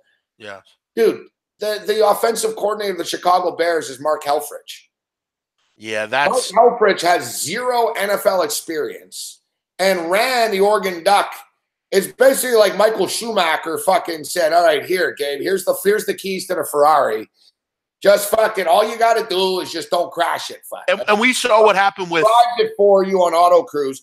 You're running Oregon Ducks and Nike. You got Phil Knight's money. Chip Kelly left you everything. And somehow you turn a fucking 11-1 team into a fucking 4-8, 5-7 shit show that they're still trying to rebuild from. Yeah, and we saw what rewarded with being an offensive coordinator in the NFL. Come on. And we saw what happened last year with the boy Monken, Steve Sarkisian. A lot of these guys struggled at the next level. Guys. Yeah, to call a lot of plays. But I think on paper for me, I like the Bears defensively. I think if they could stay healthy, they have a pretty good nice draft picks, haven't they? That's the thing. They're stockpiling some good young defensive talent. And Roquan Smith just kind of fits as a Chicago Bear linebacker. I mean, he kind of makes sense there. I mean, they have a good defense. I think they've kind of been underrated on defense. Offensively has been the big question mark. I think they have 2 pretty good running backs. I think Trubisky can take a step forward. You bring in Trey Burton as kind of a hybrid tight end. You need Kevin White to stay healthy. You need to get, Anthony Miller in the slot could be, I think he has the ability to be one of those really interesting, candidates that becomes a rookie of the year candidate kind of out of nowhere. He's a good player out of Memphis. Allen Robinson was signed there too, right? Sure. Yeah. I think Trubisky's got a good arm actually. So I'm not anti-Trubisky. But they're not going to win anything. I wonder about Matt Nagy as a head coach. Sure. And then I wonder about, we have a rookie head coach. The health stuff is concerning. That's a big concern. Yeah, rookie head coach compounded by a neophyte that's never been in pro football before. And it was a poor college coach as well. With a lot of resources, really unlimited resources. Minnesota and the Packers are going to obviously battle it out there. The Bears win total is 6.5. I'm not ready to bet that over. That means they have to be a 7-9 team. The Vikings and the Packers are both better than they are. They probably lose all 4 games to them. Yeah, but you look at their schedule. Then you get the Detroit Lions, and the Lions still are better than the Bears to me. Like, at best case scenario, to me, the Bears are 6-10. Fuck, I don't see them as a 7-9 team. Yeah, I'd prefer to get a straight 6 there if I could. That way, obviously, I've said to you, Gabe, I'm not a big win total guy. Just I don't really like time and money up that long. But it's fun to kind of talk about. I think 6-7 wins is kind of a stretch for them. If they can get there, I think it's a solid season. I think anything above that is obviously overachieving. But Mohammed, I love you, bro, but you can't say that Aaron Rodgers and Green Bay are underrated. No, he's a Packer fan. Oh yeah, they're the second choice by the odds makers. I mean, the Packers are getting a ton of love, bro. They're actually a lot of people are picking the Packers to win the fucking the NFC. They're actually number 1 in the NFC. They're 5-1, I believe. If I'm Henry's saying the Lions, baby. I know you're in Detroit, Henry, but I mean, everyone's going to root the for local guy. I love you, Henry. I'm a Michigan fan, but come on, man. the Lions aren't winning anything. I mean, they have some interesting players, but there's not enough for me. The Vikings too, as I was saying, they're like the rap. Like, bro, the Vikings. I expect the Vikings, whatever, man. They'll be 11-5 or 12-4 or something, and then I'll have zero fucking confidence in the playoffs. This is what they do. And, it's to the point where it's happened enough now. I mean, the Vikings have been smashed in their last 3 NFC Conference Championship games. They're just fucking playoff chokers. They're a good team. They're going to win games. I think they're going to battle the Packers and the Vikings. Going to be a great battle for the division this year. And is Kirk Cousins not the most average? Like, he could look real good at times. He can look real fucking bad at times, Kirk Cousins. I mean, he's just kind of a maddening guy. I mean, look, if I'm getting the Vikings as an underdog, I'm always interested. But now that they're like trendy favorites, I'm not interested. To me, it's the Eagles conference. Everyone else is just living in it. I think the Rams. We always think that from the team before, and I brought it up earlier, big man. 13 consecutive years there's been a new champion in the NFC East. Yeah, right. So I know you're not big at all. What does it mean? What happened 10 years ago? But it's not just 10 years ago. It's just the fact that it's a good. Nobody's ever repeated as division champs. Like, every fucking year, there's a new kid on the block in this division. And I'm going to say it. I mean, I think that this Giants team is really talented. I mean, they're a team that I'm pretty concerned about. They're over 6.5. Yeah, I mean, but I think the big question. Giants are going to fucking compete for a playoff spot this year. My concern is that left side of the offensive line. I mean, John Jerry and Eric Flowers. I mean, did we not see last year that Eric Flowers can't play left tackle in this league? I mean, why is he still the left tackle of that football team? I don't really see the right tackle. I'm sorry. That's a big concern. That right side of the line. Can everyone stay healthy? That's the big question. But I think on paper they look pretty good. Defensively, the front seven is decent. Alec Ogletree's a nice addition. You always have a pretty good secondary there, but there's some holes. But I think overall they're a team that I'm a bit concerned about. I always talk, guys, about perception and reality, actually, about what people think, about somebody and what actually the reality is about that somebody. Sound like Donald Trump today. Don't believe what you read and what you see isn't what really is happening, as he said today. So that's what I'm trying to get at here. But it was interesting. David Purdue's a good follow. He writes, he's out of Vegas, ESPN gambling guy. He's a good guy. And he's got a good article up on ESPN today, on ESPN gambling site, whatever, on their gaming page, about best quarterbacks, ATS, big man, in the NFL. And some it's not a surprise, and some actually is a surprise. So who do you think the best is? It's Tom Brady. Tom Brady has covered 59.8% of the football games that he's fucking played in. Pretty fucking impressive, huh? Not a major surprise, but I mean, that is impressive, Number 2, Andrew Luck. So this is active quarterbacks. Number 2 is Andrew Luck. I would say Russell Wilson has to be up there. Andrew Luck is 41-28 against the spread. He's covered 58.6% of the games. For the record, Tom Brady is 33-13-1 against the spread in his career as an underdog. Alex Smith, is he in there? Alex Smith has the 3rd best winning percentage. I tell you, I think Alex Smith is people think I'm crazy, man, but I think the Washington Redskins are going to be better without Kirk Cousins than with Alex Smith. Alex Smith is more of a team guy. Kirk Cousins is more of a selfish, I'm going to put up numbers guy. Alex Smith just cares about winning. And Alex Smith has a career record of 85-64 and one push in his career only against the spread. 56% of the games that he has played in. A lot of his 56.3% cover rate ranks 12th all time. 12th all time starting quarterbacks. You know who 11th is? Unbelievable. Joe Theismann. Yeah, that's pretty good company. I would think, and Gabe, I know you're not a big fan of this guy, but I would think Andy Dalton's in that list, right? Yeah, well, that's the thing. No, but that's the thing. People don't think I'm a fan. They're like, why do you bet on him all the time? Because he covers, fuck. I just get upset when he doesn't. It's funny you say Andy Dalton. All right, so Those three quarterbacks, Tom Brady, Andrew Luck, and Alex Smith, are in the elite category of covering point spreads, 56%, 56.3. But how about this, not far behind? Andy Dalton. Andy Dalton is 61, 44, and 4 against the spread in his career, 56%. Aaron Rodgers is 79, 61, and 2 against the spread, 55.6%. Russell Wilson, 53, 41, and 2 in his career against the spread, 55.2%. Can I guess the worst? Yes, sir. Throw them at me. Okay, I guarantee I know one. The worst, I'm going to go out and say that it's one guy. I look at his name, I'm just laughing. I'm like, yeah, he's a Matthew Stafford's the worst for sure. For the record, the biggest money burning quarterback in the history of the NFL is actually Jay Cutler. All right. Really? Yeah. Or I think he's second, actually. I'll get number one. But in the modern era, yeah, Jay Cutler, bro.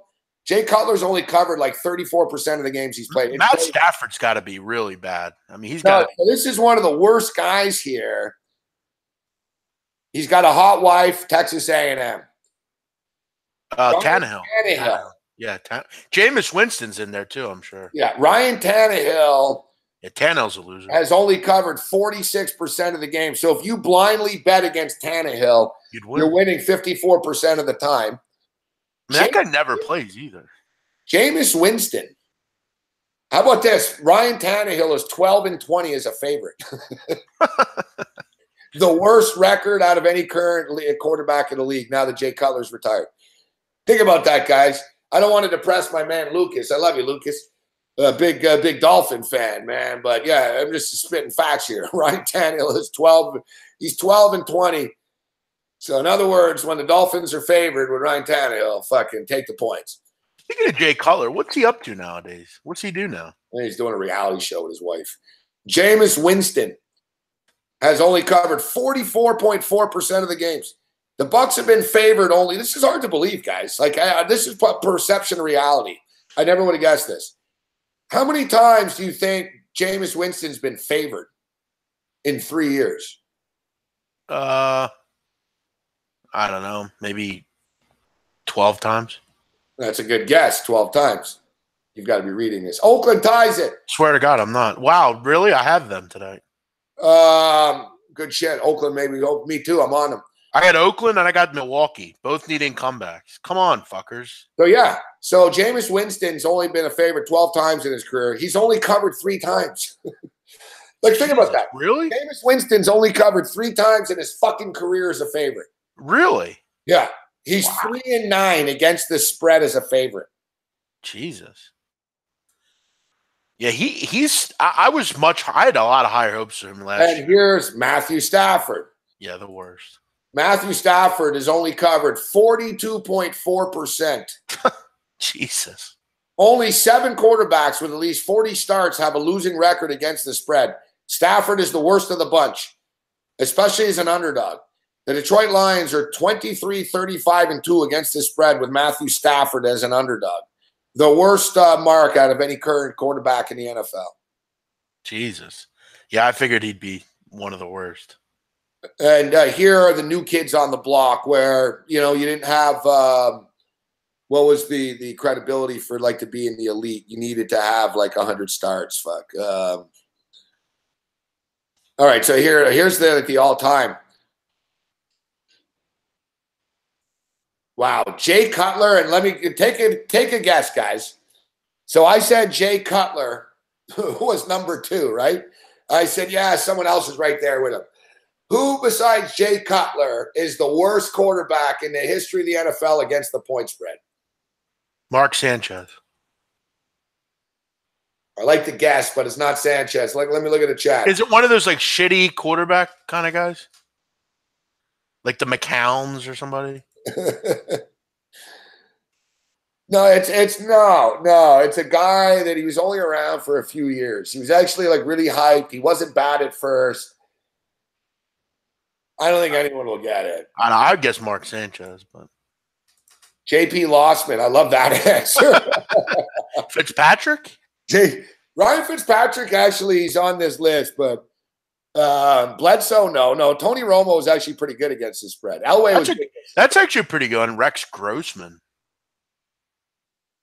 Chad Pennington. No, Pennington was good against the spread. Ryan Leaf didn't play enough. Tim Couch didn't play enough. It's definitely not Aaron Brooks. Vince Young went 10-6, motherfuckers, and went to the playoffs, right? Tim Vince Young didn't Tebow? suck like people think. It's Rick Meyer. I don't even know who that is. I kind of remember him. Rick Meyer. It's he was a Meyer game, and he was drafted by the Seattle Seahawks, and I think he was like the offensive rookie of the year with Seattle. And then he just fucking fell off the face of the earth. Yeah, in 1993, he was really good. Pretty good. We got a lot of young guys here. Like, come on, man. I mean, I was only pretty young at that point. But I do remember him late in his career. He played with the 49ers at one point, I think. Yeah, you remember? Yeah, Rick Meyer. He was good in college. It was a lot like the Notre Dame quarterback run that they had, big man, was that like Rick Meyer was heavily hyped. Brady Quinn was heavily hyped. Another bust. And I'll be honest, I thought Brady Quinn was going to be good. Jimmy Clausen. Yeah, Jimmy Clausen, terrible. All right, so yeah, the new guys, the new other quarterbacks. Here's some other ones actually surprising. No longer profit. All right, here's still profitable, but in the mid tier. So Cam Newton's actually covered 54.6% of the games. Bridgewater's going to be, huh? 85, 71, and 2 against the spread. Pretty impressive, 53.8. Drew Brees has covered 53.6% of the games. Kirk Cousins is 30 and 27 against the spread. Ben Roethlisberger, no longer profitable. Anything under 52.3% is not profit with the juice. So Ben Roethlisberger only covers 52% of the time. Eli Manning, 51.4. Blake Bortles, 50.8. Flip of the coin tier. Derek Carr, 50%. Phillip Rivers, 50%. Isn't that so, Phillip Rivers, big man? He's been in the league forever, and he's exactly 50%. And he's done nothing to improve or decrease himself. Yeah. Isn't that so, Phillip Rivers, though? Yes, he's very average. Like 50%. Like, motherfucker, man, you've been in the league like 13 years, bro, and somehow you're exactly on 50%. That doesn't surprise me, though. He's been a good serviceable quarterback, but he's been very average in his career. He's done, and you know what's funny? He's literally done nothing. I mean, what has he won, really? Oh, nothing. No, absolutely nothing. Tyrod Taylor's right there with these guys. So for people that say Tyrod Taylor sucks, blah blah blah, I think do you cover his point spreads is a good gauge. Tyrod Taylor is exactly at 50%. Tyrod Taylor, Sam Bradford, Phillip Rivers, and Derek Carr all at 50%. Losing quarterbacks: Josh McCown, 49%. Joe Flacco, 48%. Marcus Mariota, interesting, only 47.6%. Ryan Fitzpatrick, 47%. Bottom tier: Ryan Tannehill, Jameis Winston, Matt Stafford. Quarterbacks records with fewer than 40 starts of significance: Jimmy Garoppolo, 6-1 against the spread. Deshaun Watson, 5-1 against the spread. Here's a fucking spread monster, bro. Teddy Bridgewater. Yeah, that's what I said that under my breath. Why don't the Jets start him? 22-6. Yeah, you know what? Teddy Bridgewater looks better than any of the quarterbacks they have in camp. They're kind of in a dilemma there. Yeah, I mean, why aren't we starting Teddy Bridgewater? I don't get it. Kind of weird to bring Teddy in because he's actually better than McCown, even though McCown had a good year last year. He killed it in 2015. Carson Wentz is 18-11, 62% against the spread, man. Boom. Pretty impressive. I mean, Gabe, is he not the best quarterback they've had in years in New York, honestly? Who, Bridgewater? Yeah. Yeah, but he's never going to play. I mean, is he not? Who was the last best quarterback they had? Vinny Testaverde? I mean, seriously. Well, people laughed the other night when I talked about it, but their last good quarterback was Chad Pennington. Like, other than that, I mean, Bridgewater's better than Pennington. Very similar. Yeah, I mean, Pennington accomplished more. I mean, why are we still fucking around with Josh McCown, for Christ's sakes? Because, I don't know, he had a good year last year. And the thing with Josh McCown is he's a good advisor for Sam Darnold. And he's not jealous. He's not one of these guys that's like, oh, fuck you, you know what I mean? You're taking my job. It's more, he's counseling him and shit. But hey, didn't you have the Angels last night? Yeah. You see they're getting no hit tonight?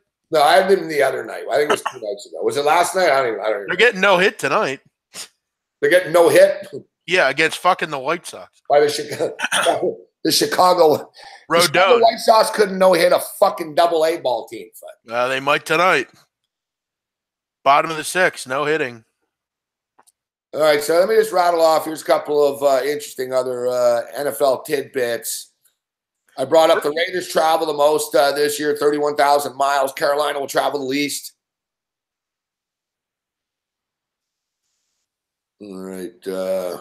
Since 2006, a total of 5 defending Super Bowl champions have failed to make the playoffs. So that's only about half. Here's a good one, too, to remember, guys. NFL favorites of 20 points or more are 0-7 against the spread. So if you're ever getting 20, just take it. I'm not going to get that much, but every team in the NFL has played in a conference championship game since 1988 in the NFL, except one team, guys. Cleveland. No, they have. Let me think about this for a second. I'll repeat it. And play along in the chat, guys. The baseball trivia we played last week was hard. This is easier. So every team in the NFL has played in a conference championship game since 1988, except one team. Redskins? No, they have. Let's see what the chat is saying. No, they're not paying attention, or they're behind us, actually. Oakland? The Lions? No, it's the Houston Texans. Well, they haven't been around that long. Yeah. No, come on, Kyle Hamburg. The Bears went to the Super Bowl with Rex Grossman. The Houston Texans have only been around since like 2003, haven't they? Yeah, like fucking the Jags and the fucking. That's like 15 years they're losing out on. Jags and the Panthers are expansion teams. Well, they're going to this year. They're going to the Super Bowl, baby. Houston. What else do we have here?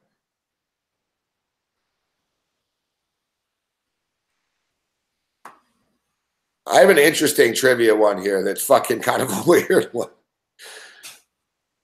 True or false? The top 33 scorers of all time in the NFL are white. The top what? The top 33 scorers of all time in the NFL are white. True or false? I'm going to say true. I know, just because I should have asked. It's just so weird. 50-50. I'm going to go true because it just seems so weird that it's got to be true. The top 33 scorers of all time in the NFL are all white. Where did you get that question? They're all kickers. Oh, true. That makes sense. They're all kickers. Hey, Gabe, let me ask you some trivia. You get someone on that, though. If you trick them, you can say, you know what? Fucking, there's not one fucking brother, man, on the top 34 of the scoring in NFL history. Someone go, that's impossible. You go, all right. You know what I mean? Yeah, you lay it down. Fuck. All right. Yo, you're pretty good at NFL, Gabe. Let me give you some trivia questions. Who has the most wins as a head coach in the NFL? Well, currently as active? No, ever. Vince Lombardi. Don Shula. Oh, fuck, Don Shula. Which NFL team features a helmet decal only on one side of the helmet? Pittsburgh Steelers. Oh, good one. Good call. Who's the last non-quarterback to win the NFL MVP?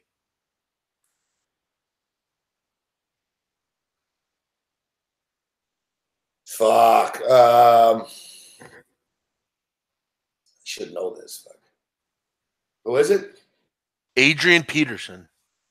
Oh, you said fuck. You said non-quarterback. I was thinking defensive player. I don't know. I didn't hear that. This current NFL quarterback, a 2010 Pro Bowler, never started a game at QB in college. A 2010 Pro Bowler, current quarterback, never started a game at the college level. Never started a game. I'll give you four choices. Matt Schaub, Matt Castle, Matt Moore, Matt Flynn.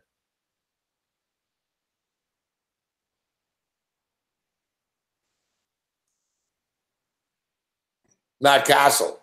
Correct. How many Heisman Trophy winners have gone on to be MVP of the Super Bowl? 2, 3, 4, or 5? How many Heisman Trophy winners have gone on to be the MVP of the Super Bowl? Yes. Marcus Allen. Okay, one. Fuck,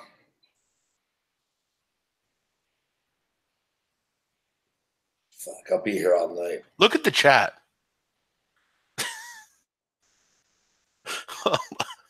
What's going on here? It's just fucking funny. It's like Gabe's not answering. There were four, Gabe. Four guys. 4. Yes. All right, this is a good one. This is a good one. I was thinking. I was like, I got stuck on Marcus Allen. I was like, If you get this, you're real good. 4 of the first 5 picks in the 1989 draft, Troy Aikman, Barry Sanders, Derek Thomas, and Deion Sanders are all in the Hall of Fame. Who was the bust? Question mark. Blair Thomas, Keith McCants, Tony Mandarich, Andre Bruce. Tony Mandarich. Winner. Let's do one more here. First overall pick, Tony Mandarich. Which of these teams was not an original NFL team that moved over to the AFC? Browns, Colts, Raiders, Steelers.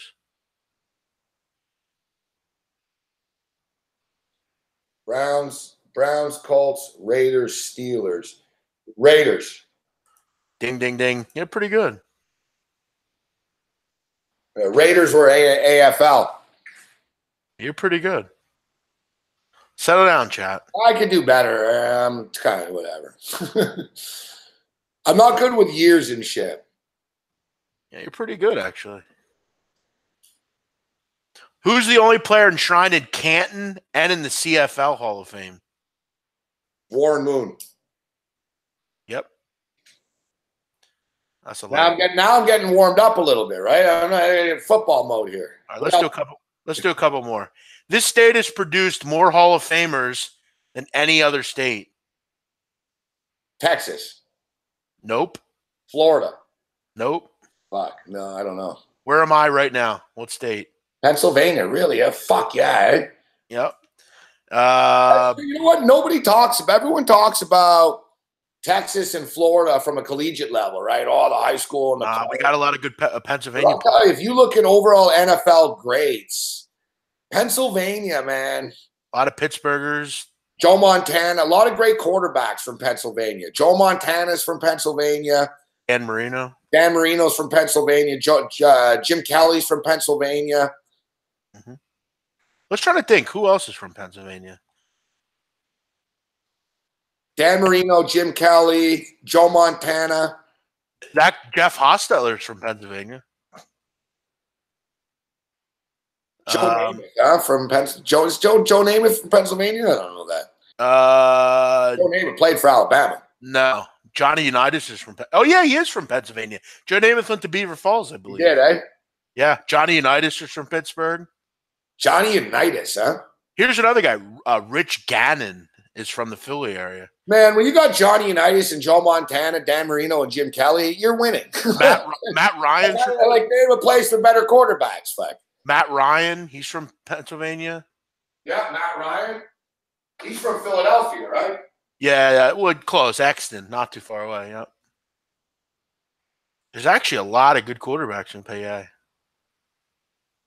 There's other guys going back with Todd Blackledge, fucking Gus Farrat's from PA, I believe. Well, settle down, big man. One famous thing Gus Farrat ever did is break his own fucking hand. Or he gave himself a concussion. Didn't he play for the Bills, I think? Gus Farrat? Skids. Oh, that's right. Yeah. Fucking lighters. Fuck. There's actually a lot of Pennsylvania players, quarterbacks. All right, Gabe, who's the only other Super Bowl MVP to have played on the losing team? Only Super Bowl MVP to play on the losing fucking team. If you get this, you're pretty good. Fuck, I fucking know this. It's an older player.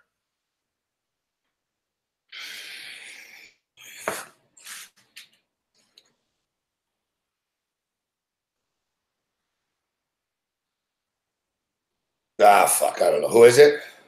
It is Chuck Howley. Wherever that is. Fuck. Emmitt Smith's the all-time leading rusher. Who's second? Rad Rod Garrison says, name the first Raiders coach. Al Davis.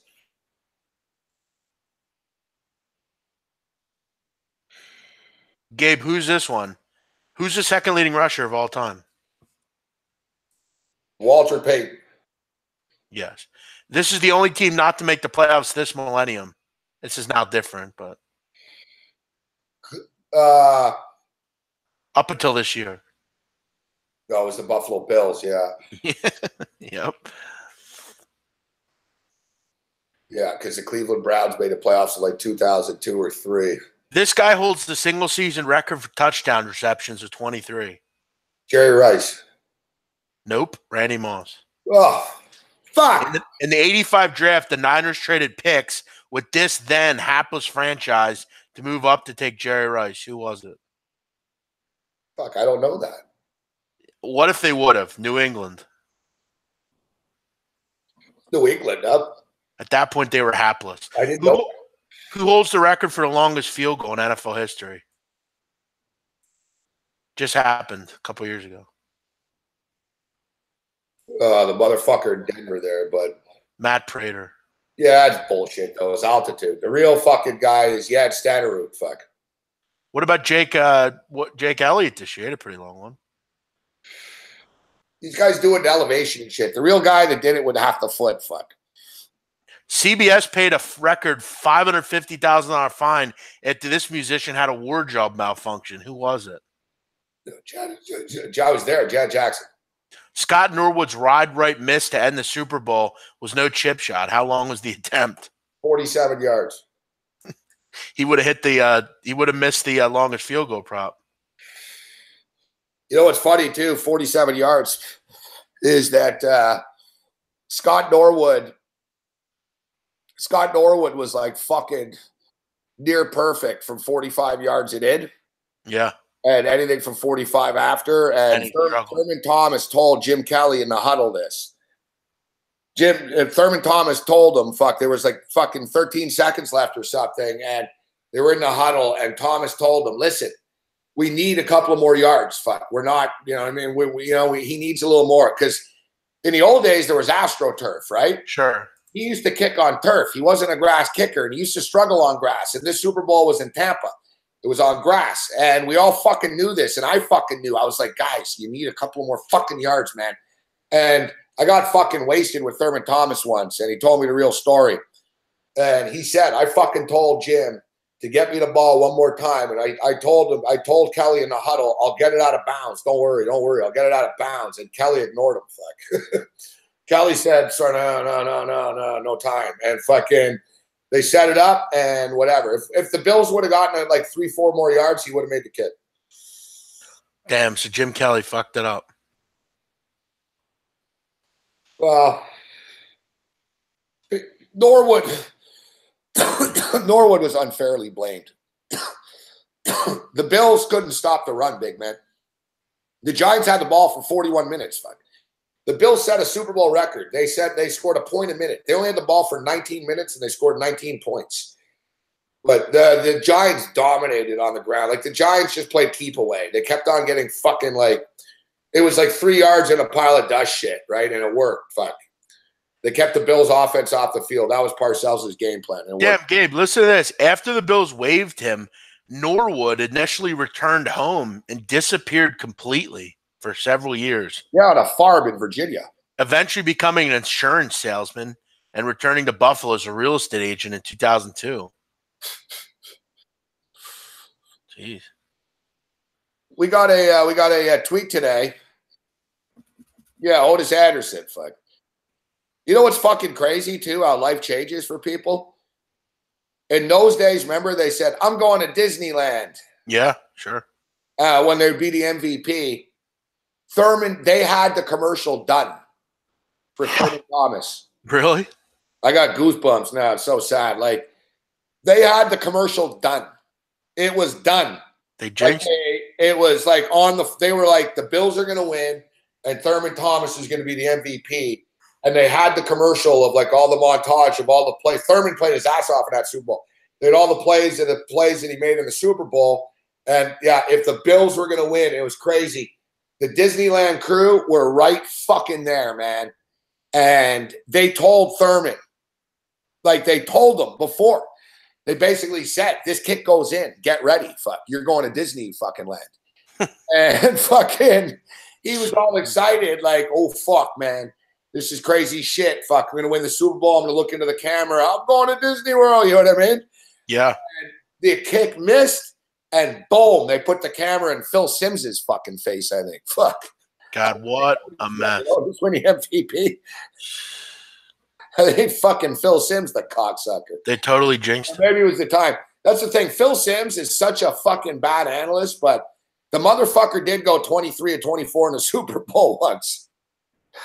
Isn't he gone as an analyst though? Yeah, like the one pass that wasn't completed was a drop too. But yeah, Disney World, whatever, same bullshit.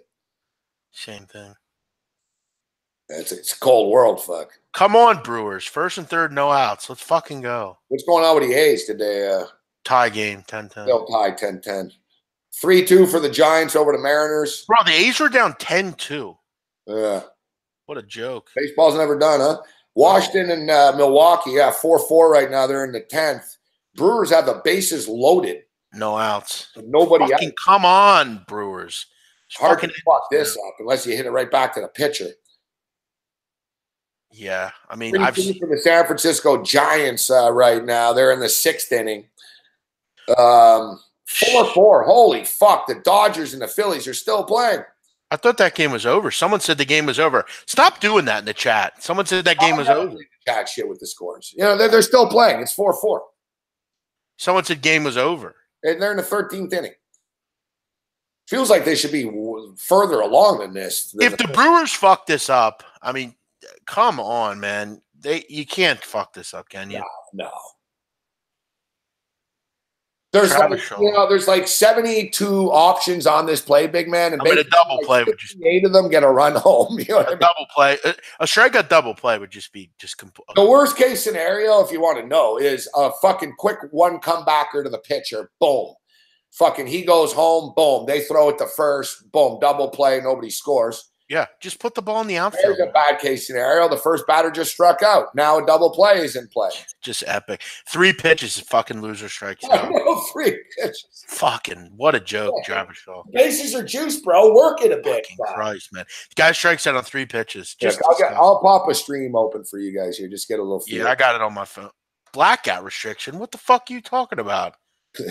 Fuck you. Fucking Nationals. Fuck you. We're still doing blackouts. It's fucking 2018, for Christ's sakes. Why can't I watch whatever game I want? Fucking losers. Travis Shaw, what a fucking loser.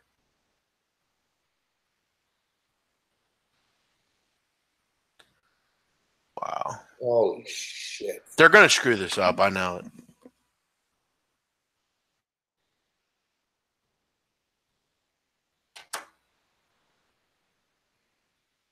Fuck, I don't have ad blocker suddenly, I notice. I got to reinstall it. Holy shit.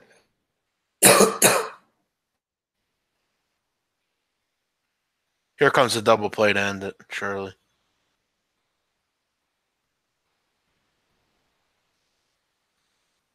If there's a double play here, go on Twitter. Donnie Wright's ought to be going nuts. See what else do we have here for stats. Pretty crazy. The Carolina Panthers have won game 14 of the season 11 years in a row. Fuck. The Pittsburgh Steelers have won the final game of the regular season 10 years in a row.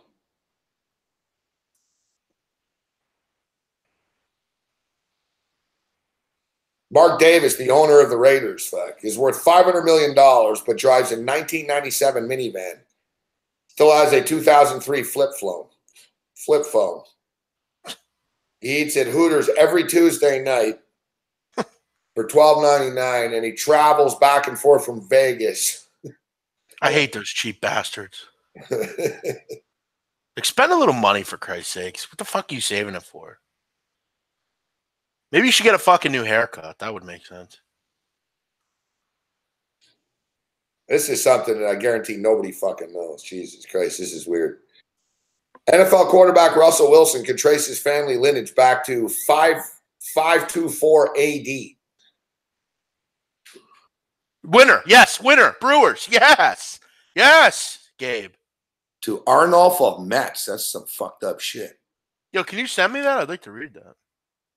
Brewers, Brewers, Brewers, baby. Let's go. Pat McInally is the only player in NFL history to score a perfect 50 on the Wonderlic. I would score 150. I like this. His score actually hurt his draft stock because it was believed that players that are too intelligent challenge authority too much. You can't win in the NFL, huh, big man? No. Like, it's always something. That was the thing with Josh Rosen.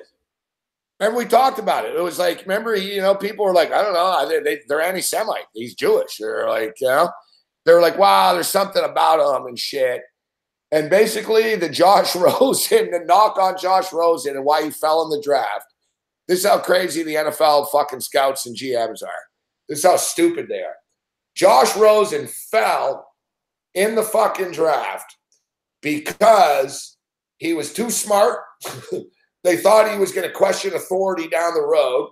They didn't like that he wore a fuck Trump hat before. Yeah. And number two, that his family is rich. That so if his family's rich and he questions authority, then, he's not driven and hungry. Yet it's funny because Peyton Manning's family was rich, but that never came up, right? No, of course not. Peyton Manning can do no fucking wrong. It's unbelievable, man. You notice there was zero fallback on Peyton Manning through that Papa John shit? Yeah, of course not. not. You're the spokesman. He's your best friend. What do you mean? The, oh, I had no idea. Fuck. You know what I mean? And that steroid story, if that was like anyone else, it'd been a huge story. Yeah. I guess fucking it's Al Jazeera's fault. I guess Papa John. Oh, too. yeah. One of the more credible news sources in the world. It's fucking Papa. Oh, Gabe, here's a good trivia question for you. If you get this one, you're pretty good. Who holds the Guinness World Record? Now, he's an NFLer. He's not a current NFLer. Who holds the Guinness World Record for successfully kicking a 40-yard field goal while blindfolded?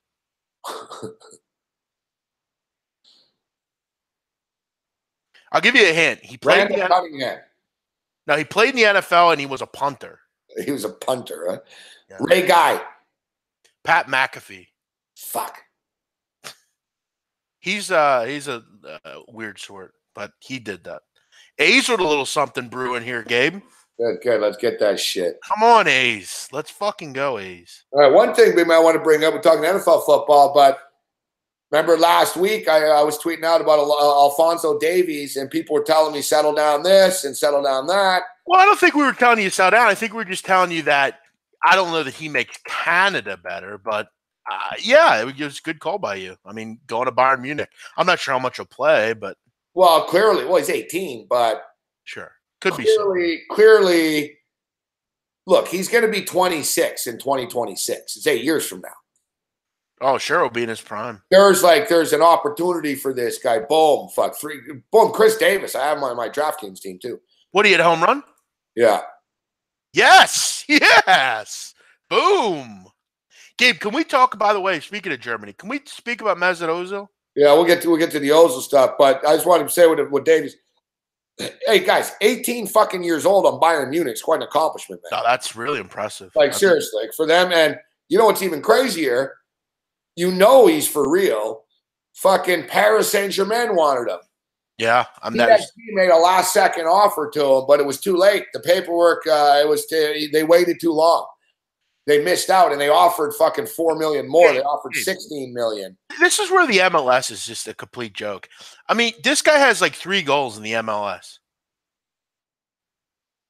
It's crazy that they don't play him, huh? If how's he not the best player? Paris Saint-Germain want him on the roster. How's he not the best player in the league? Yeah, I always wondered that too. I'm like, dude, you're the Whitecaps. Like, you're a mid-tier MLS team. Just play the fucking kid. You know what I mean? Dominate everyone. It's like, well, it was basically that fucking goal he scored last week that I tweeted. Yeah, he's good. I mean, he went through like 4 men. You know what I mean? Like, he fucking stopped. He went through them. He fucking physically, like, he doesn't get pushed around, this kid. I mean, it's going to be interesting to see. But, big man, for a program like Canada, which is, I mean, we're a fucking joke, right? I mean, let's be real. I mean, we play in the CONCACAF, but, the only team we beat is like fucking, Grenada and shit. You know what I mean? Not really true. There's, we Martinique. Mexico like twice, like. Yeah, the Canada national team is bad, man. Yeah, so. No offense. Our guy, he can only get better being surrounded by the best players in the world. You know what I mean? And then he brings that back to the Canadian national team, and there's a trickle down effect a little bit. But Gabe inspires somebody to be the next Alphonso Davies in Canada. Here's the problem that you're going to have with a guy like Davies and no one else being any good. Did you see how ineffective Mohamed Salah was in the World Cup? Yeah, I know. Because Liverpool's obviously much better than Egypt. Canada's, I mean, the level of talent that he's going to have to play with is pretty poor. No, but one thing I was going to say too, but Blaker's talking about this. It's true. What's up, Big Will? Blaker's talking about this, that Canada in the under-19 shit, big man, there's some nice showings recently. Mm-hmm. I think they beat Portugal. They fucking tied Turkey the other day. Like there's a little, it's starting to come together a little bit. And now they can't listen, big man. In the old days, dude, Canada, like when the Olympics would be on TV, the Olympics and shit, Canada used to have these commercials, about athletes like trying to get their personal best. You know what I mean? It wasn't, I'm going to win a gold medal. It was like, Canada, we're going to go there and we're going to do our best. That's the Canadian way. Let's do our best. Well, have they ever been in the World Cup? No one ever, like, it wasn't like, no, man, go there and fucking win. And then finally, when Canada fucking got the Olympics, they fucking just did this slogan and shit. Own the podium. Own the podium. And, they basically started pounding it in kids' heads. Fucking, it's not good enough to compete. You need to win. So own the podium. And it was funny because people were like, well, that's more of an American type slogan. Own the podium's kind of brash and, it's not very fair sport. And, we're hosting the Olympics. Should our banner be own the podium? And it was like, yeah, it should be. And you look over like the last 3 Winter Olympic Games, Canada's fucking dominating. Like Canada's like fucking, I think they had more medals than the States in the last fucking Winter Games. Like Canada has fucking really raised it up because they threw money into it. They wanted to win because the Olympics were there. And it sort of sustained itself after and carried on. With the World Cup coming to Canada, Canadian soccer will get better. Like there will be money put into the program more than there's ever been before. I don't think they're far off from the USA. I think we are. What, have you ever been in the World Cup? Canada was in the World Cup in '86. How did they do anything? No. Did they score a point? No. They scored a goal. You know what I'm going to do, Gabe? I'm curious to know this. I spent a lot of time looking at FIFA like rankings. Like I'm going to go through the worst teams. I want to see where getting mad. He's like fucking. They're not a joke. Come on, Sandu. They are. Yes, they are. I'm a patriotic guy, Sandu. I am. Like Sandu, I'll tell you. People talk shit about Canada in certain ways, but I'm also not stupid. Canadian soccer is subpar, bro. I mean, we're just being real here, Sandu. I know there's good young talent coming up, but we haven't made the World Cup, bro, since 1986. It's been 2 years, man. All right. Surprisingly, Gabe, where do you think Canada ranks out of what in the FIFA rank? Well, the FIFA rankings are a joke, but I'll say Canada ranks like fucking 75th or so. Out of 211 teams, Gabe. Keep that in mind. Yeah. You said where? I thought we would fucking come in around fucking I said 75, but maybe I'm being, let's say 80, 87. I'm actually surprised by this. I thought they'd be in like the hundreds. They're 79th. Fuck, I was close to first. I was pretty close. I said according to the 84. According to the world rankings, these are teams that they consider better than. Look, the World Cup, big man, like fucking Saudi Arabia's ranked what, 71st or something, right? No. 70. No, most of the teams that made the World Cup are pretty high. Saudi Arabia is 67th, not far off. That's fucking damn close. Russia's actually ranked 70th. Yeah, that's what I'm saying. So you're telling me that Canada's like 8 or 9 teams worse? Yeah, then I don't. These are pretty bad, but these are teams that are better than. Battle with fucking Russia. You think you could beat Belarus? Yes. Okay, because they're ranked higher. Mali. Yeah, we could beat Mali. Okay, what about Albania? It'll be a battle. Well, yeah, we could beat them. Okay, because they're all ranked higher. Do you think you could beat any team in the World Cup that we just saw? Oh yeah, dude. The World Cup doesn't produce the best teams. It's So who out of the World Cup do you think you could beat? Panama? Canada could beat fucking Canada could beat Panama. Canada have beaten Panama. Okay. Anyone else? Costa Rica. You think they could beat Costa Rica? Really? Wow. They have beaten Costa Rica. It's just Costa Rica's good now, right? Let's say in it was a World Cup stage. Do you think they could beat any team? Yeah. If they were in the World Cup this year, how many points would I they? think fucking Canada could beat fucking Egypt. No, I think they're the worst team in the tournament if they played this year. Surely. Panama would beat them probably in a World Cup game. Let's look at their fucking results here, all right? Canada results. I'm not saying the current team. I'm saying no, me either. I'm just kind of seeing, where you have them. Well, you know what we got to do? Let's look at the CONCACAF results, like the World Cup qualifying. Canada. Because I'm looking at their Gold Cup results. They finished 6th out of 12th in the 2017 Gold Cup. In 15, 10th, and 13th. Okay, so 11th. Who finished behind them? So name the 12 teams then. In the 2012 Gold Cup, it was United States, Mexico, Canada. 2012, you said? Yeah, 2000. No, this was the last one, 2017. Okay. The teams that finished behind them were Martinique, Nicaragua. All right, Nicaragua. We could beat Nicaragua.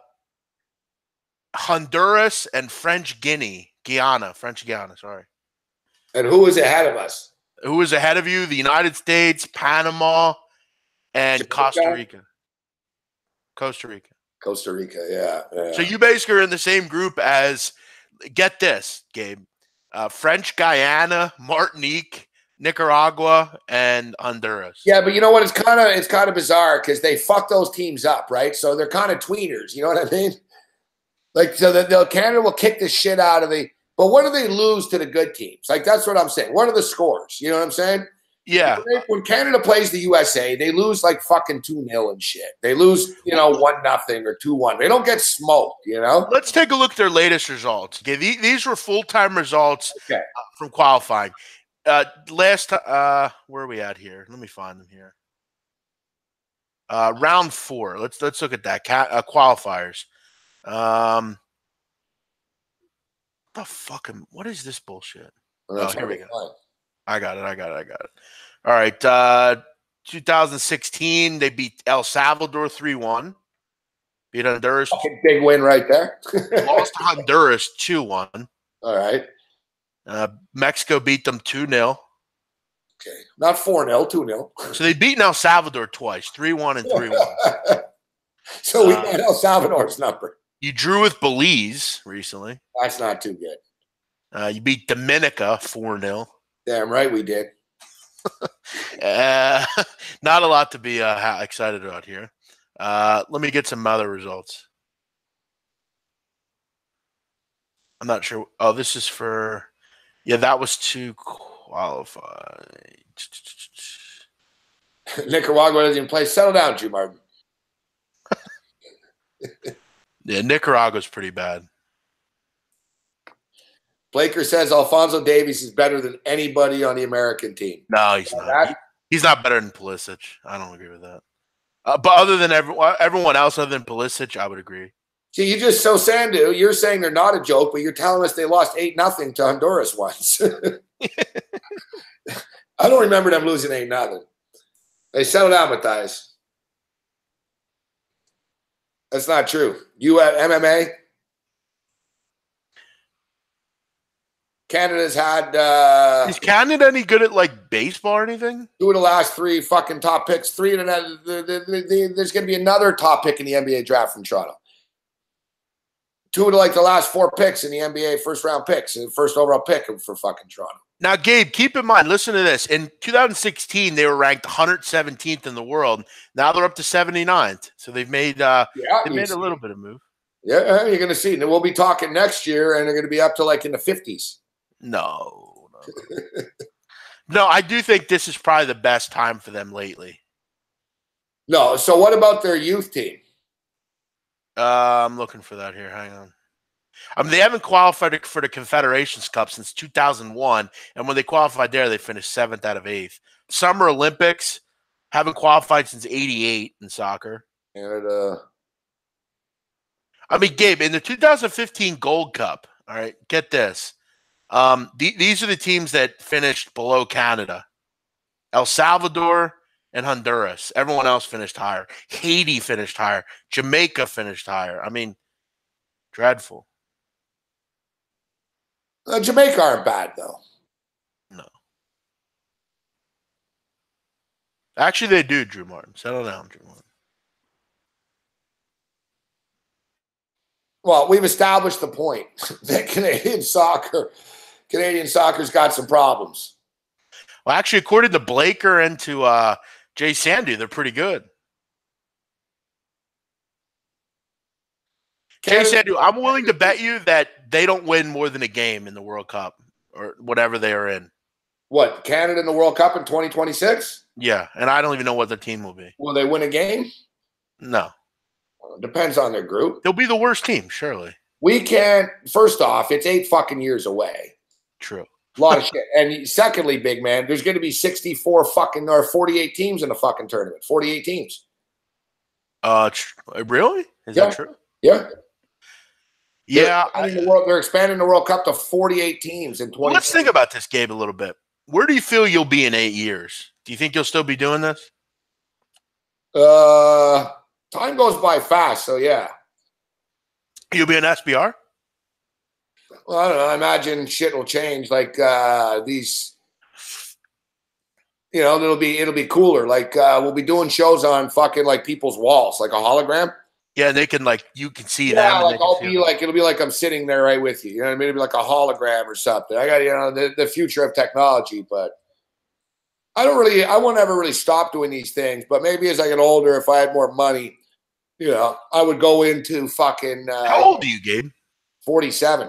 So you'd be 50, 55? Yeah. Near towards retirement. Yeah, I guess so. Well, we'll see. I feel like you're going to spend your retirement in Florida or something. Is that true? You get a nice babe for yourself?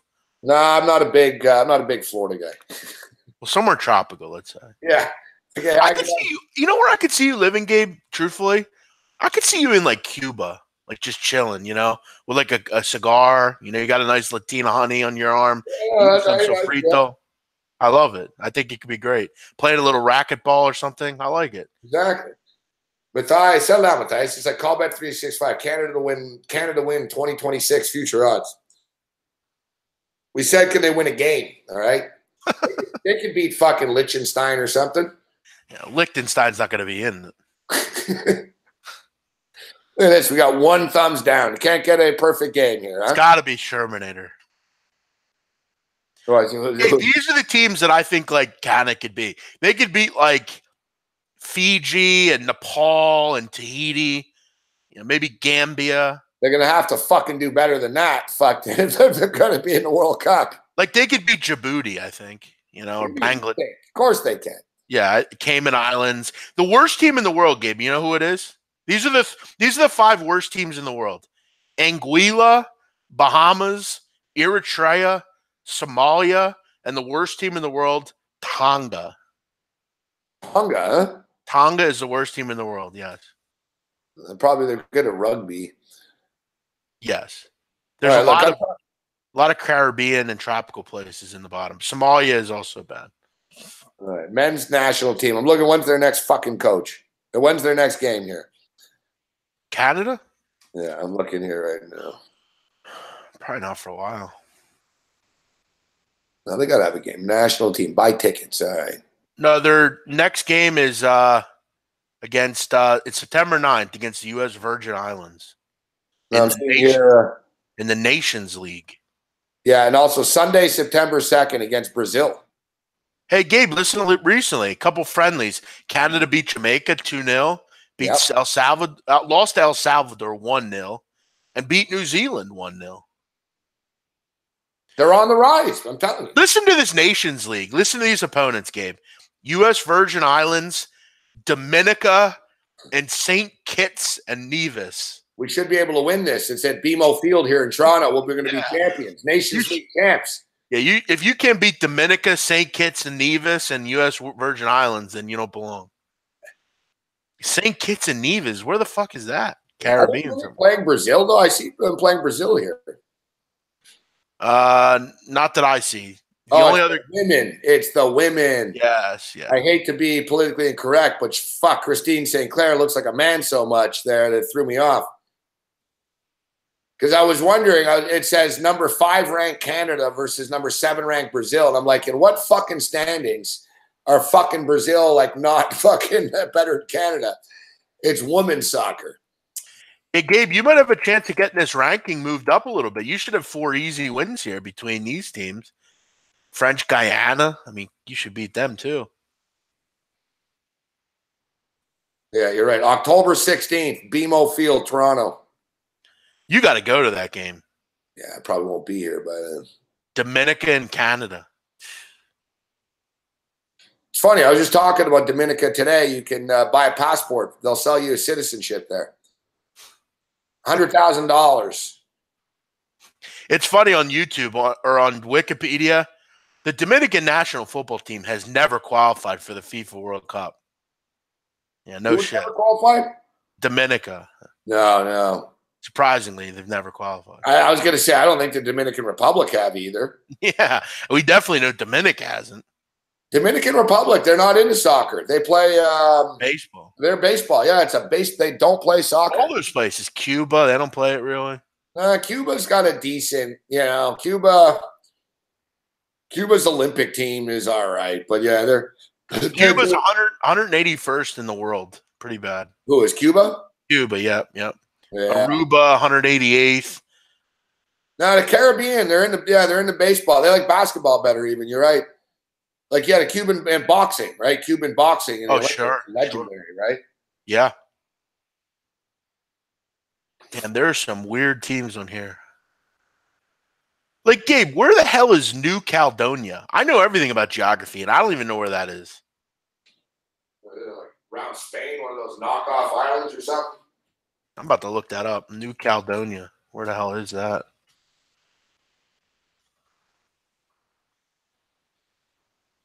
Oh, New Caledonia is in the South Pacific. Oh, shit. It's actually beautiful. Wow.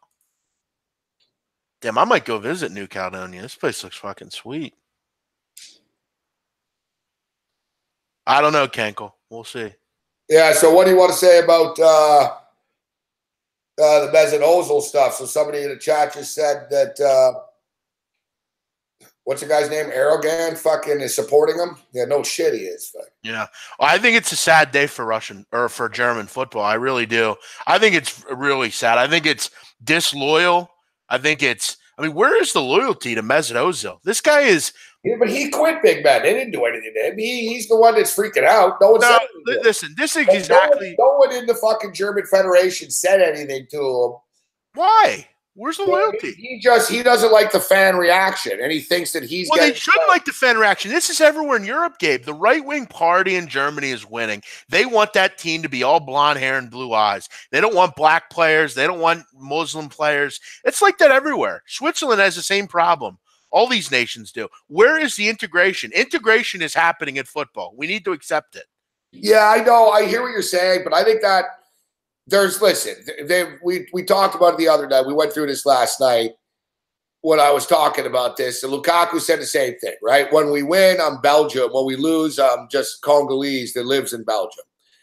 And Ozil said the same thing, but it was the fact that Ozil took the fucking picture with what a lot of people view as a dictator. He is Turkish. I know, but don't forget, big man, this guy, wants to fucking imprison fucking Enes Kanter for fucking tweets and shit, right? Again, he is a dictator. I do believe that he should have been more selective, just the same way if I was Syrian, I wouldn't be taking a picture of Bashar al-Assad. The Chechen guy as well. I mean, listen, Chechnya, we have to remember, was an embroiled nation that was being attacked. Is too, like the Chechen guy with Salah. Salah was pissed off about that. Like, he bitched. Remember, like they said he said this might be it for me with Egypt, because he was pissed that the Egypt team that they let those dictator guys, the warlord, send his goons up to the room. He should have been protected. And what are you going to do when that Chechen warlord fucking says, you come meet me?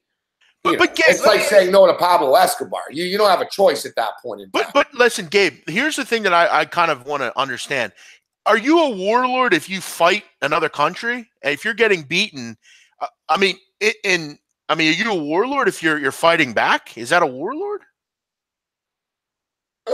Like if I'm Czech, like if for instance in Albania, Gabe, when Kosovo was attacked, I hear you say Kosovo had their own KLA, the Kosovo Liberation Army, and they killed a lot of Serbians as well. Are we going to vilify the KLA for what they did? They were being attacked. They were a militia. Well, listen, it's a gray area, big man, and I've said this before.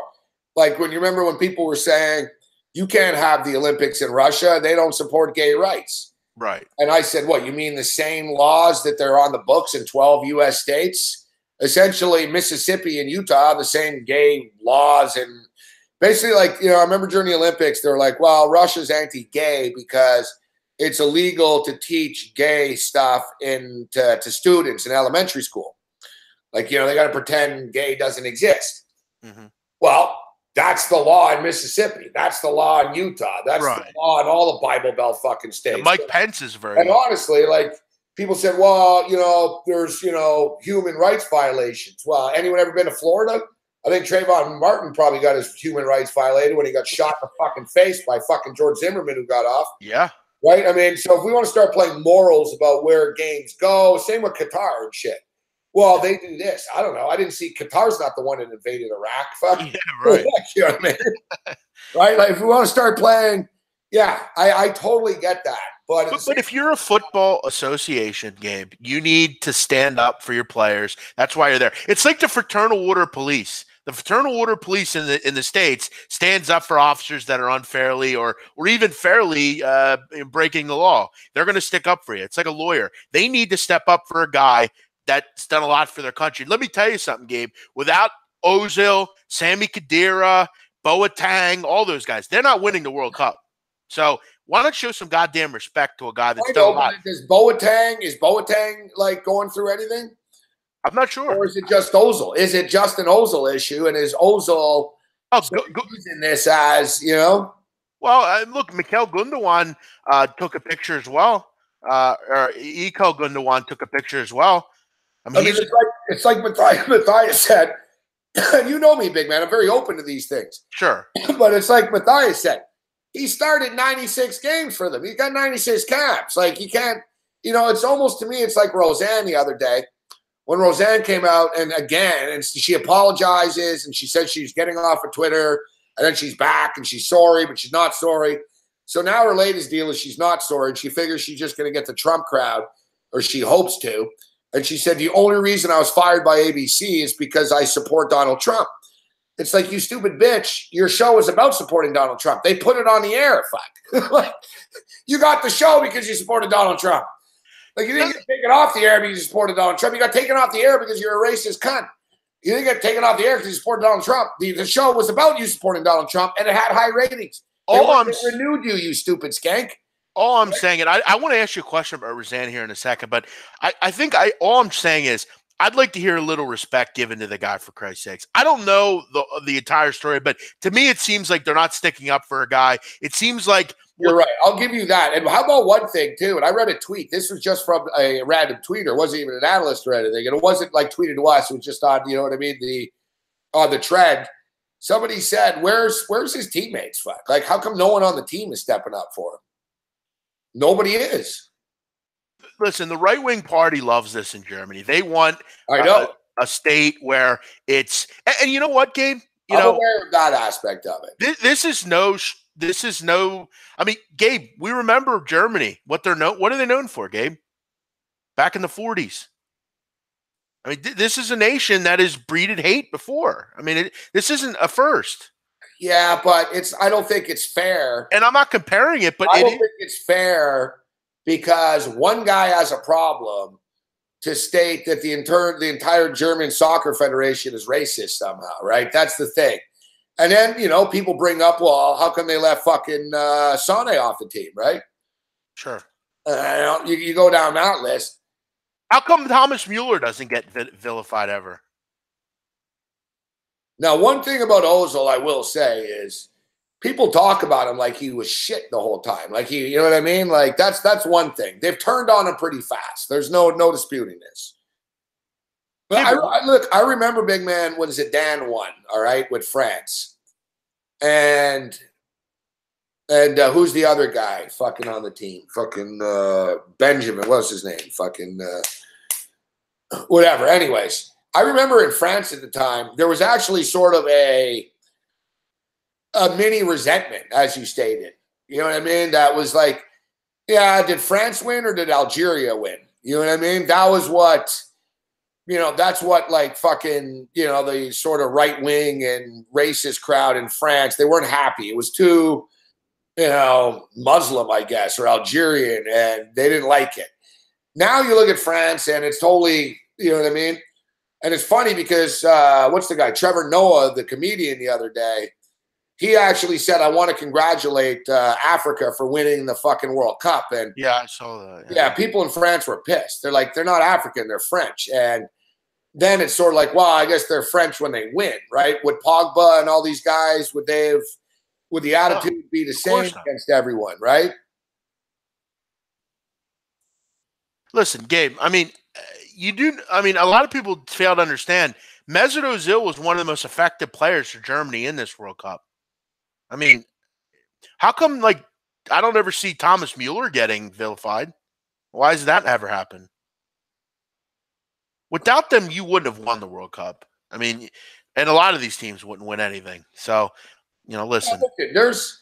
I'm not disputing. I talked about it. I read the article on The Intercept on the air a couple of weeks ago about Lukaku and him growing up poor in Belgium and treated like shit until he started scoring goals for them. Sure. Well, I'm not naive. I mean, fuck, there's ultra racism in Europe in the soccer world. There's a wide aura of racism everywhere we go. But as I stated, this whole I think the Ozil shit is more complicated. I'm not disputing that a couple of people have yelled things at him, but you know, I just think that, you know, the fact that the politics coming into this, the fact that Turkey is such a polarizing place and the leader of Turkey, is so polarizing.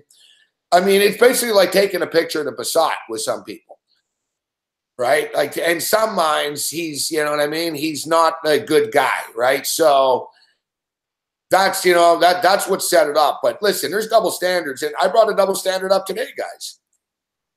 I brought the double standard up today. How about this? So, and me and Big Man talked about this on the radio. So Odell Beckham is being accused of offering a woman to pay for sex and fucking, you know, she has tapes on him partying or whatever. And it's being taken seriously. Like the NFL is, you know, they're interested. Jimmy Garoppolo paid for sex with a porn star last week. Is the NFL interested in that? You know, and there's a way double standard in America when it comes to black and white athletes in the NFL. That's a fucking fact. That stands out to me. It's like Jimmy Garoppolo was cool. Somehow, yet Odell Beckham is somehow troubled, and Odell's in trouble, and Odell's up to stuff again. It's amazing, like the double standard with that shit. It really is. But you know, Gabe, I wanted to ask you about something. You mentioned Roseanne Barr quickly, and I think you're well aware that I'm extremely against anything Donald Trump, but I want to ask you about something because I was listening to, I don't know if you've ever listened to Joey Diaz's podcast. He's very funny, but I was listening to a story that he was telling about Ambien. And, you know, I don't really say that I think Roseanne was serious when she said that, but if we ever really looked into it, I mean, Ambien is can have some disturbing side effects. Oh, it is, but how come no one's ever looked into that? I mean, one of the disturbing side effects isn't being racist. Yeah, but according to many people, and if you read the pill bottle, it does say their abnormal thinking and strange behavior can occur when taking Ambien. It's extremely rare, but you know, isn't it kind of ironic then that a crazy bitch like her is taking something that'll make her crazier? Yes. That's the pharmaceutical industry for you, right? Right. I just saying, I mean, she can blame Ambien all she wants, but we quickly dismissed it. Dude, I'm not disputing it. Ambien's probably terrible for you. Look at Chantix. Anthony Bourdain killed himself. He was fucking on Chantix to stop. A lot of those, yeah. One of the side effects of Chantix is suicidal thoughts. I mean, so people stop smoking and they kill themselves. I don't know which one's better, right? You know what? I took Adderall, Gabe, for 5 years. I had ADHD, and I stopped taking it about 6 months ago because I read that it's literally like taking speed. I mean, literally, it's the same. I know. I don't take. That's why I smoke weed. Fuck. I'm sure I've got. Yeah, I'm sure if I went to a doctor and I told them, oh, I got this, and I think about this, and this, I'm sure they'd come up with a nice fucking cocktail for me, right? I don't need that shit. You don't need people. I'm not saying no one should take medication. I mean, people are going to go shoot people on the street. Isn't Chantix though? But isn't Chantix just dealing with, I can't sleep, or I can't remember things, or I can't do this, I can't do that. If you're looking for a pill, man, it's the same way as looking for an answer in the bottom of a bottle. You're just going to end up hooked on pills. You're going to fuck your interiors up, your intestines up, and you're a drug addict, and you're just you're enriching Wall Street. Fuck. But isn't Chantix a way to stop smoking? Yeah. Why the fuck wouldn't you just do the nicotine thing? I don't know. I guess Chantix works. I see Ray Liotta from fucking Goodfellas is pimping Chantix right now. If he fucking is he? himself, it's the same shit, dude. The fucking guy, the singer of Soundgarden, he wasn't depressed. Chris Cornell. Yeah, he wasn't depressed. And I know, no, you can't tell and blah, blah. But no, like. Oh, he died? I didn't know he died. He killed himself. But the thing is, he was on tour. He was on tour and everything's fine. And then one night he's just dead in his room. Oh, he wasn't depressed. He was on a shitload of fucking pills that you gave him for his depression that obviously made it fucking worse. The singer of Linkin Park, same shit. You know what I mean? The pills, man. Pills put these people over the fucking top. It's insane. Fuck. I swear to God, I've had Joey Diaz on my show before, but I know he's those guys don't like me. It's like Joe Rogan and shit. People are welcome me never on Joe Rogan. Dana White doesn't like me. All right. Wait, Joey Diaz doesn't like you? I feel like he'd like anybody. No, I get along well. I know Joey Diaz. He's been on my show before. I know Joey personally. He's really funny. Like he's funny as fuck. Like a lot of his stories are really good. If you really want to laugh, look at Joey Diaz fucking karate on YouTube. Oh yeah, he does. Yeah, he does. He does like tips. It's fucking hilarious though. Like I think his kid does it too. Like, oh yeah, it's fucking funny as fuck. I have to ask. I mean, I don't know if you've ever like listened to him talk, but like he does say a lot of like he has literally like a story for everything. Like, oh, Joey Diaz has yeah, like every prison story he's had happened to him. Like, oh, he knows. Yeah, he knows. He's met a million celebrities, so he knows. Like, he's funny as fuck. There's. His MMA analysis is the best too. It's fucking. Oh, he does MMA now? I've never heard that. Yeah, that's his thing, dude. Like, yeah. So he's basically. I guess he is on with Rogan. Yeah, that's his thing. So he's basically. It's just the way he breaks down fights. He's like, man, this motherfucker's got some crazy karate bullshit, man. Fucking. Like, I'll tell you who I get a kick. He doesn't analyze from a technical, but it's just his breakdowns are funny. He's like, man, I fucking smoke weed with that guy. Fuck, man. He kind of reminds me of you a little bit, like kind of just the way he is. Like he smokes a lot, and like he's 24 hours a day. I'll tell you who I get a kick out of is that Brendan Schaub. Yeah, I find Schaub annoying personally. I think he's funny, like the way he talks and stuff. It's just kind of funny to me. I don't know. One thing with Schaub is I'll give him credit. He doesn't give a shit now. I'll give him that much. You know, Dana White never pays the fucking fighters, but. It's funny. Dana White's fucking son's 16th birthday party the other day. $1 million he spent on the party. Oof. Really? Yeah. It's funny. Wow. He can't pay a fighter, but he spends $1 million on a 16-year-old kid's fucking party. Right. Hey, Gabe, I got a little badminton tip I might take a shot with here. I'm going to stay away from the no badminton. The Dodgers, and they're still playing, guys. They're in the 15th fucking inning. Yo, you hear about Tekashi 6ix9ine?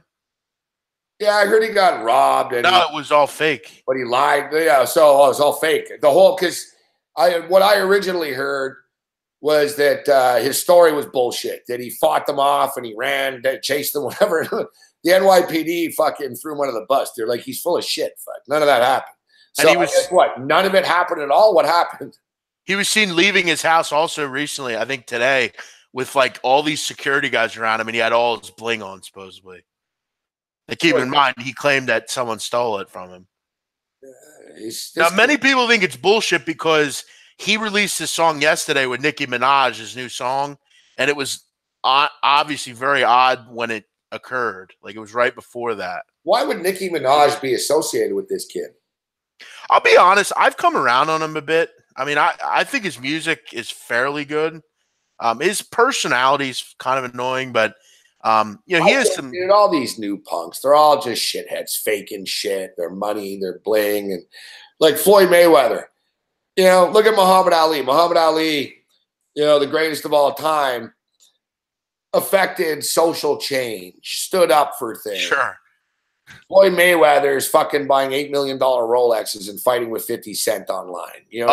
Floyd and the 50 Cent are all chumps, man. It's like history will look back unkindly on this generation, this era that we're in, of just being, the me first.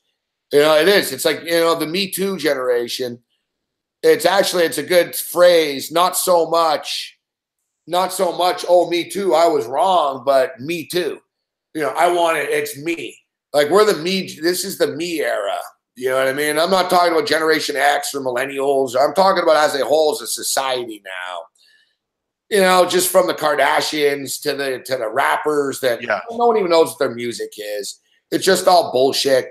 The new thing is they'll have tattoos on their faces and shit like this. It's like, it's all so hollow. There's no substance to anything. Well, I think one thing about people ever last, right?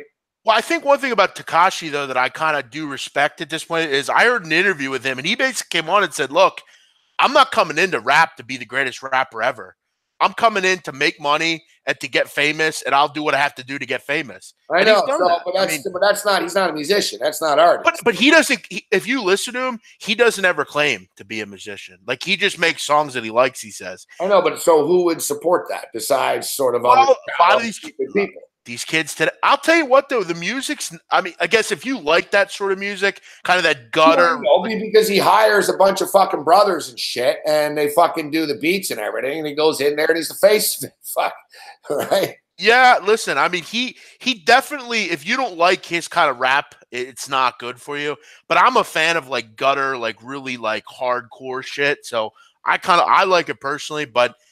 There is stuff about him that is irritating. Sure. Right. People want the badminton tip. What's your badminton tip? People want it. Yeah. I'm passing on it, but yeah, I might pass on it as well. Let me see what the score is now. People actually want my badminton tip. Amazing. They're degenerates, and I haven't really given them much tonight. I was sweating out the game. Wait, who actually asked for the badminton tip? I got to see that person. Who asked for the badminton tip? Oh, we got a bunch of degenerates here. You're a total degenerate if you've asked for the badminton tip. The Dodgers had the bases loaded like Milwaukee did. They got nothing.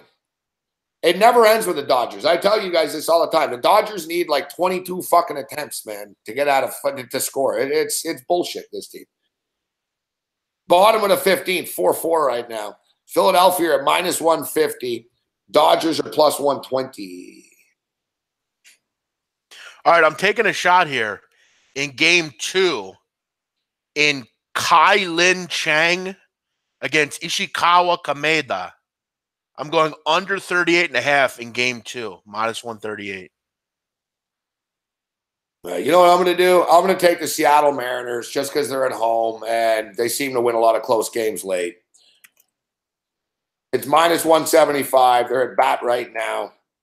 And, of course, I say it goes to 180, of course. But I'm actually going to get in on that with you. I'll say the Mariners win the game. It's a 3-3 game, guys. They seem to win a lot of these games at home with a late home run and shit. That's actually a pretty good point by you. With Seattle, they do. Like, you notice they win all these one-run games. Oh, they have like 30 one-run wins this year. So I might take a shot. I might take a shot under 7.5. The Dodgers and Phillies are going on and on. They're in the 15th inning. Fuck. I'm taking under 7.5. But we're going to wrap up the show at 1 a.m. here this evening. So we had about 15 minutes left. We're getting through the Phillies. Well, I knew it. Phillies, fuck, minus 130. Phillies. There's no league money tag. It's just the number changed. It's down to 36.5 now. Sorry, you got to go quick with this. Key to Masters XD. I've been cold, dude, with the live in game. Oh, have you really? Yeah. Like the last 24 hours, dude. I admit it, and we talk about it when I go on these 12-1 runs and shit. But yeah, man, it's been ugly, bro. Like fucking. Well, there's who gots to bet You know tonight. what I mean? Like I had under fucking 2.5 in that Costa Rica Ecuador under 20 game today soccer, and fucking it's like fucking 3 goals in the last from 84 to 90th minute type goal. You know what I mean? It's one of those just sort of. There's always a late goal, and like the soccer just finally caught up to me in game. So tonight I sort of backed off. My account took a beating, and my baseball picks weren't great. But fuck, we had all these comebacks. Fucking Oakland came back.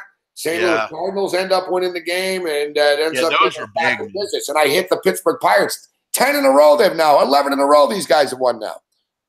I'll tell you what. Every day, fuck. The Indians are a bunch of complete hacks. I know you can't lay. I tell guys you do too. We always tell them you can't lay juice with the Indian guys. I tell you this every night.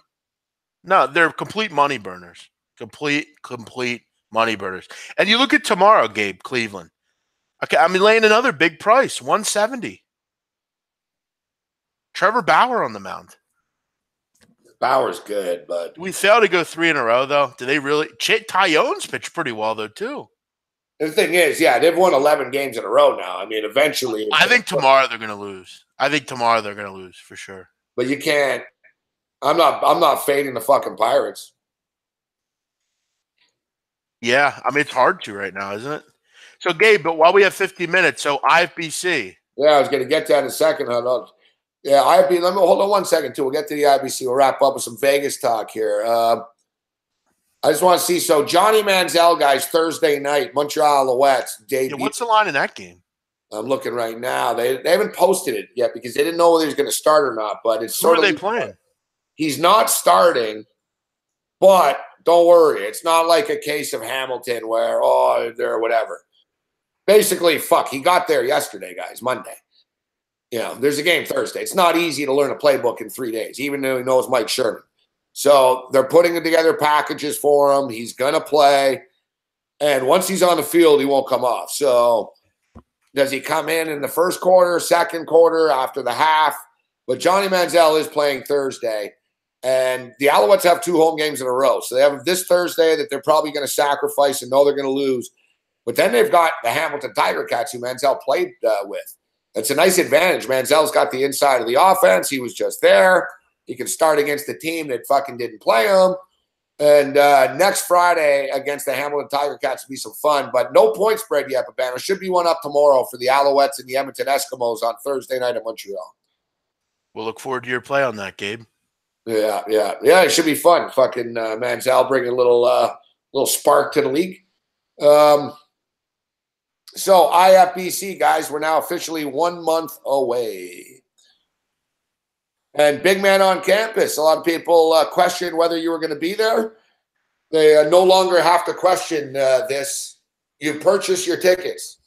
I will be there. Yeah, I will. I needed a bit of coaxing, I know, from you and Donnie Rightside, but I'll be there. And I actually have some good things planned. I have some good talks planned. And yeah, I mean, looking forward to it. I wasn't happy to hear about this sharing room stuff. If that's going to go on, I will not be there. I'm not sharing a room with anyone. I don't care if Kim Kardashian wants to share a room. I am not interested. Yeah, you're gonna have to. I'm gonna speak to Zach about it. No, I'm kidding, Gabe. I've chatted with Zach. That is completely untrue. It was a joke. He was joking with you. Oh, he was joking with me, huh? Yes. He also tried to joke with me and say some other things as well. But no, he did completely say that. I said, we're sharing rooms? Is that true? No, I'm joking. Because he asked me, he gave me a list of names, right? I said to him, what am I doing there? I said, what's the plan? He goes, I have you on a panel. And he showed me. And he goes, I'm just trying to figure out who you're going to share a room with. And he said, probably big man, LOL. And Kelly in Vegas was on the list. And I was like, well, how about Kelly? Fuck. You know what I mean? I was like, I'm not into sharing a room, but I guess I can share one with Kelly in Vegas. All right, Gabe, let me ask you, out of, let's say, listeners and panelists or whoever's out there, Who would you be okay with sharing rooms with? Well, I said, I brought it up earlier. Like, I don't have a problem with sharing a room with you, but you'd have a bigger problem sharing a room with me. Correct. I wouldn't want to share a room with anyone. I actually would if I had to. I think I'd be okay with you because I think you're. Nah, it wouldn't be good, dude. I smoke. I'd come in wasted at 4 a.m. What about Ian Cameron? I've shared, but me and Babano stayed in the same condo in Vancouver. Babano is like you would expect. He's quiet. Like he actually stayed in his room and shit. Who's on the no list? Oh, fuck, the no list. Millhouse for sure. He's definitely on the no list. Millhouse, my man, yeah, but I'm not sharing a room. Mick? Yeah, Mick, I can't be in the same room with, no. I've shared hotel rooms with Mick. Cam threatened to throw Mick out a window once in a hotel room. I'm definitely the most hygienic, JP, for sure. 100%. Definitely. Maybe not by my weight, but I'm definitely hygienic. My hotel room will be a dump after like 4 hours. What about Bruce Chad?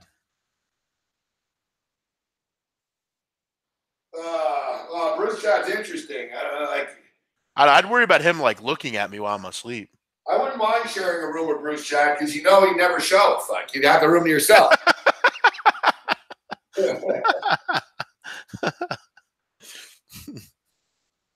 That's funny.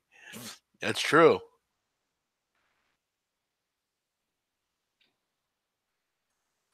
No, I know JP. I'm a weirdo with that kind of stuff.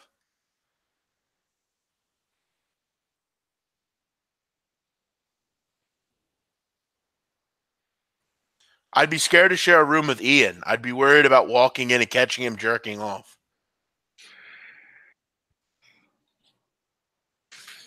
Nah, I would listen. I would have to be paid a large sum of money to be room with Mick Aussie. A large sum.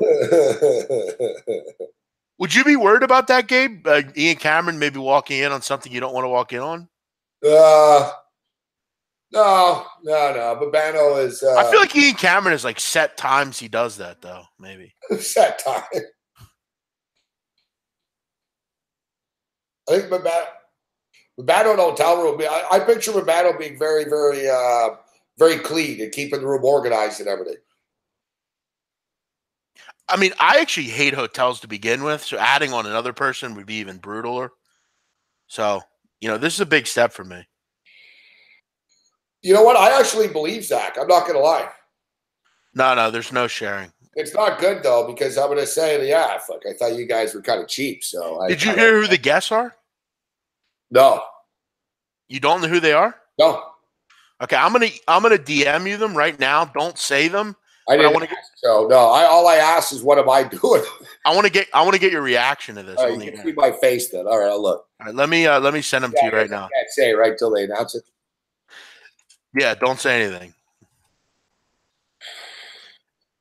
It's really not surprising though. So, all right, there you go.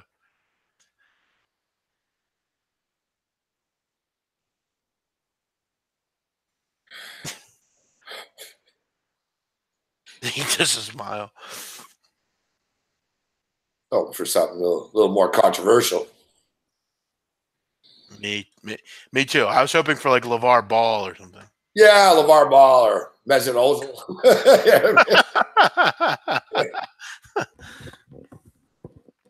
Peter Loshak seems like a crazy dude that would get annoyed. Yeah, you've never met me and Big Man have never met each other, and Big Man, you've met Donnie Rightside. You and Donnie know each other. Oh yeah, we're good friends. Sure. But have you met anybody else from the company? No, and I've actually told them this before. It's kind of like I'm getting out of jail. 5 years later. I mean, I've done videos with Peter Loshak since like 2013, I think, and I've never met him face to face. So yeah, I mean, it's a big weekend for me. Me and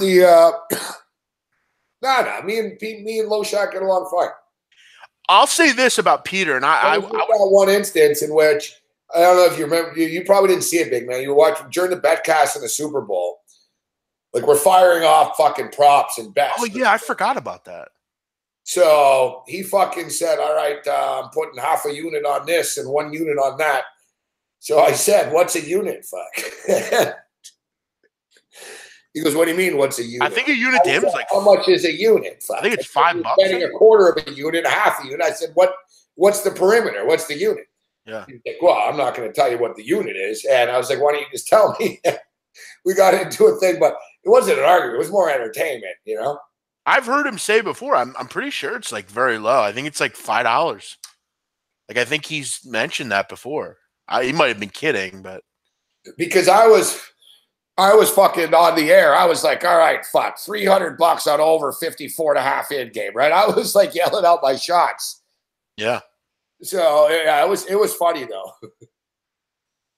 His unit is $2.80. Is that true? Wow. Loshak is a nice guy in real life. He's funny to party with. I've worked with him for a long, long time. Jimmy the Bag is Jimmy the Bag party's hard. You wouldn't like sharing a room with Jimmy the Bag. For more reasons than one. Jimmy the Bag's is pretty loud and fucking he likes to fucking party. Loshak's very quiet. Like Loshak will not, you know what I mean? Loshak won't be at the bar all night with us guys. I'll probably be the most friendly person there. Yeah, Gabe, I've done a lot of shows with you at this point. It'll be interesting to meet you for the first time. Pretty much. But I'll tell you this, I'm the exact same motherfucker on here that I am in real life. I've met most of the people. Like, I met Kyle. I met Kyle Hamburg, Chris Edge. Who else in the chat have I met? The people that actually show up to the events I meet. I met Donnie Rightside many times. Babana.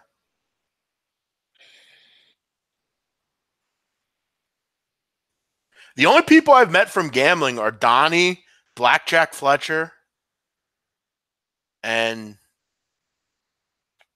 a couple others.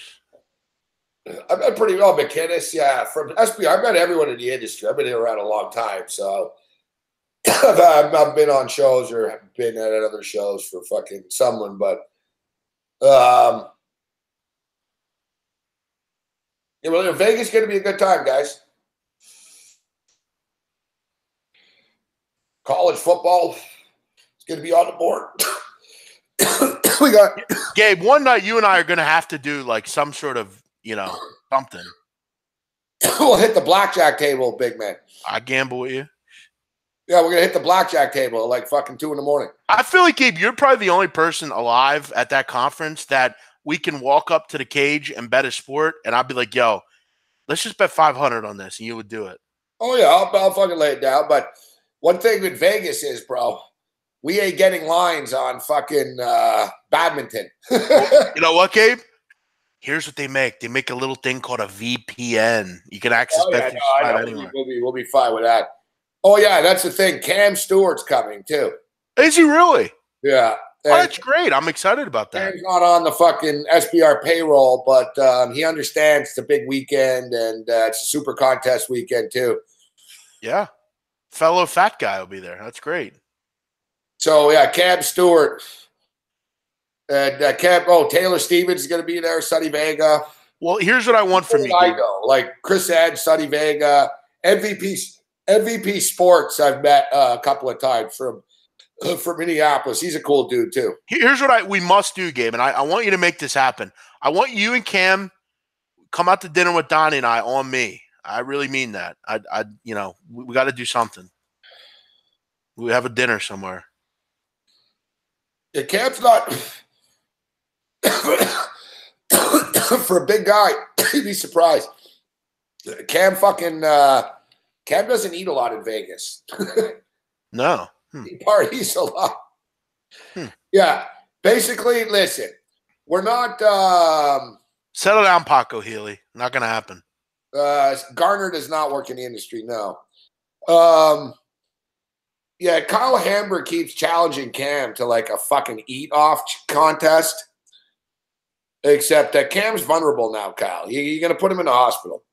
But I'm telling you what, guys. You guys want to eat. Kyle, we're going to go here. All right? We're going. We're going to the Heart Attack fucking Grill. I can't go there. We're going to the Heart Attack Grill. It's a world famous place. And basically, it's free if you can finish the fucking. It's free if you can fucking finish the fucking burger. I'm willing to bet on that. Big game. Now, we should note that somebody died and did have a heart attack at the Heart Attack Grill fucking 2 years ago. Really? Oh, yeah, yeah. I'm willing to give $100 to anyone that does it, too. The Heart Attack Grill.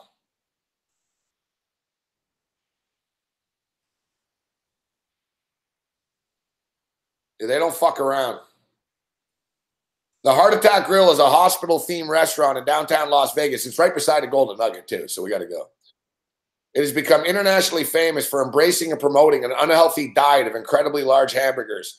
Customers are referred to as patients, and orders are prescriptions. The waitresses are nurses. They're all pretty hot, too. Anybody who weighs over 350 pounds gets to eat for free. The menu includes the single bypass burger, the double bypass burger, the triple bypass burger, the quadruple bypass burger, the quintuple bypass burger, the sextuple bypass burger. What would possess a human being to eat like that? Seriously. The dishes range in weight from a half pound to 4 pounds of beef.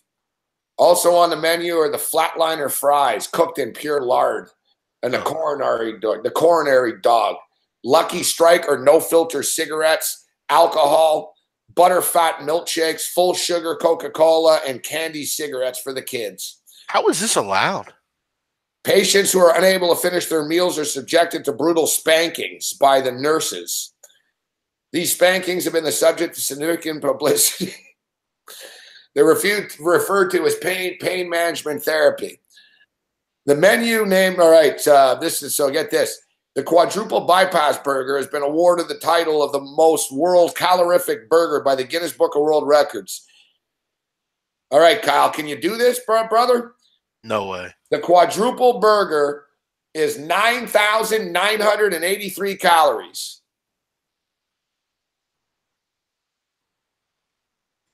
Do you know who owns this grill, Gabe? Yeah, it's like a local fucking asshole.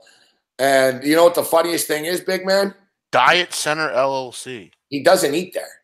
Yeah. The guy doesn't eat this shit. He's like a healthy looking dude. He doesn't touch the shit. He's like a coke dealer. I don't know how this is possible and legal. I really don't. He's like a coke dealer. Amazing. He's a coke dealer. Amazing. Yeah, one of the restaurant's most celebrated and widely publicized gimmicks is the free wheelchair service provided to patients who successfully finish the quadruple bypass burger. Amidst the flurry of photography from tourist bystanders, and that's the worst thing, guys. They have the scale outside the restaurant, and you get on, and there's like people get on, and like people are fucking like taking pictures and shit, and it's like, oh, look at that chick, fuck, is she gonna eat for free? And people willingly get on this scale and shit. Fucking. I will willingly pay people not to do this. Like, please, I'm begging you, don't do this. I know I'm not a picture of health, but please don't do this. It's not good for you. The owner, fucking Dr. John, he's not a doctor. Fuck Dr. John. He's been glorified as a freedom-fighting arch-enemy of politically correctness and demonized as a charlatan nutritional pornographer by others. The Attorney General's office has tried to close him down a couple of times. Sounds like it. I would. Christ. All right.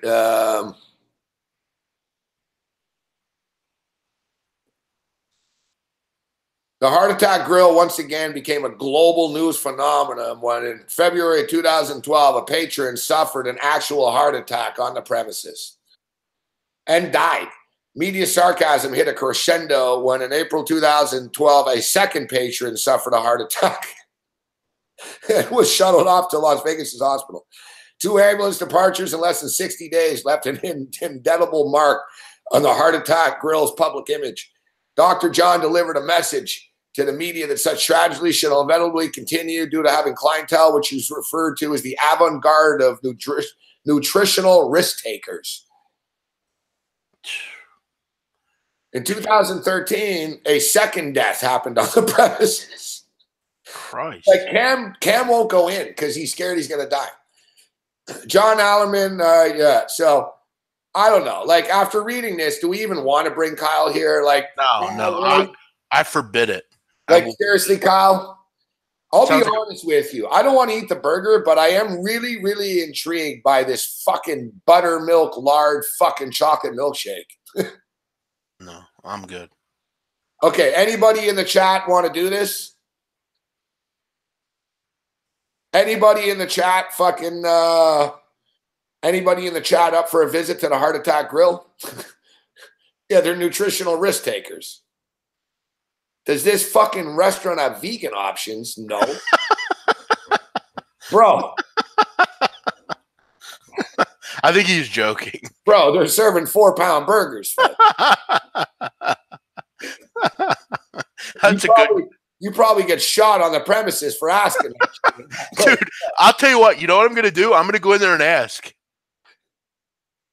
Hey, do you guys have vegan options You here? could ask, can I get a Caesar salad?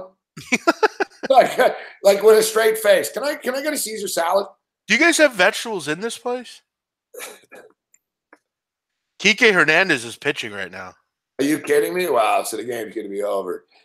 All right, Heart Attack Grill menu. Here's the menu. Oh, please don't. I got to go. I'm out of here.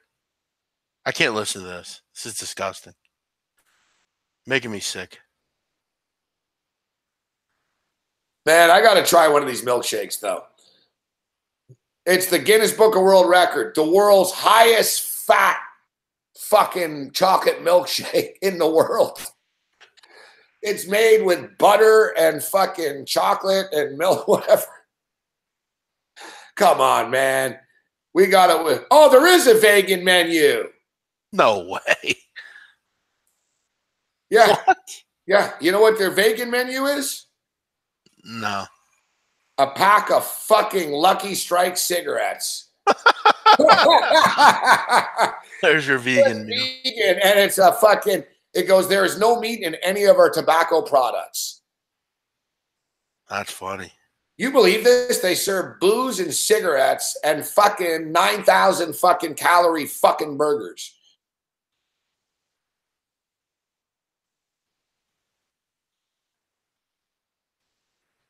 That's amazing.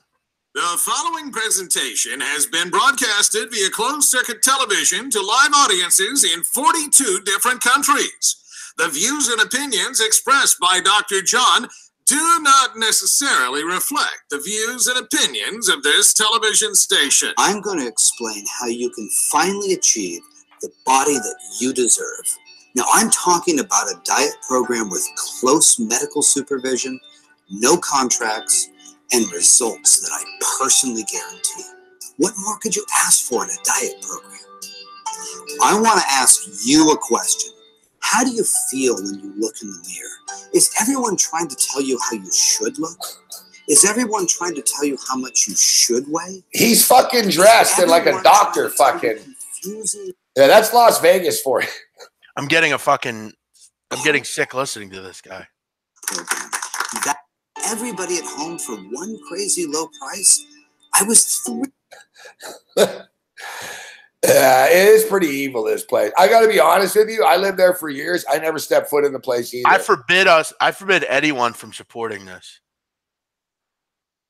All right, Gabe, I'm going to watch Kike pitch. I'll talk to you.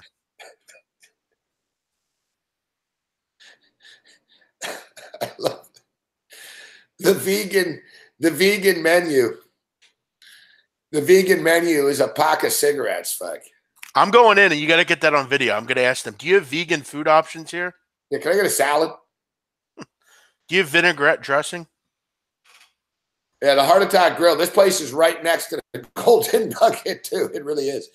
The thing is, too, they have the windows tinted, so you can't see inside. Because the nurses are sort of... Yeah, they're not naked, but they're very close to naked. Like, it's... Like, look, if you don't finish your fucking food, a nurse comes out with a wooden paddle and fucking hits you on the ass. Fuck.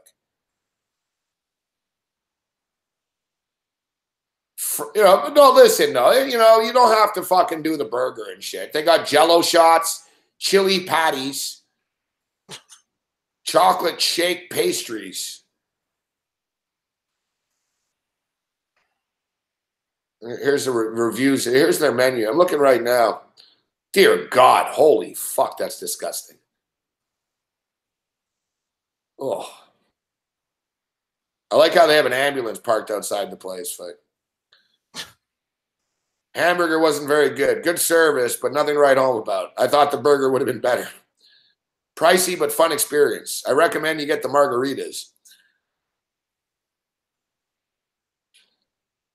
I saw this place on the Travel Channel. I figured I'd go there. It was fun. We wore hospital gowns. Yeah, they give you wear a hospital gown when you eat. Fuck. Sounds appetizing.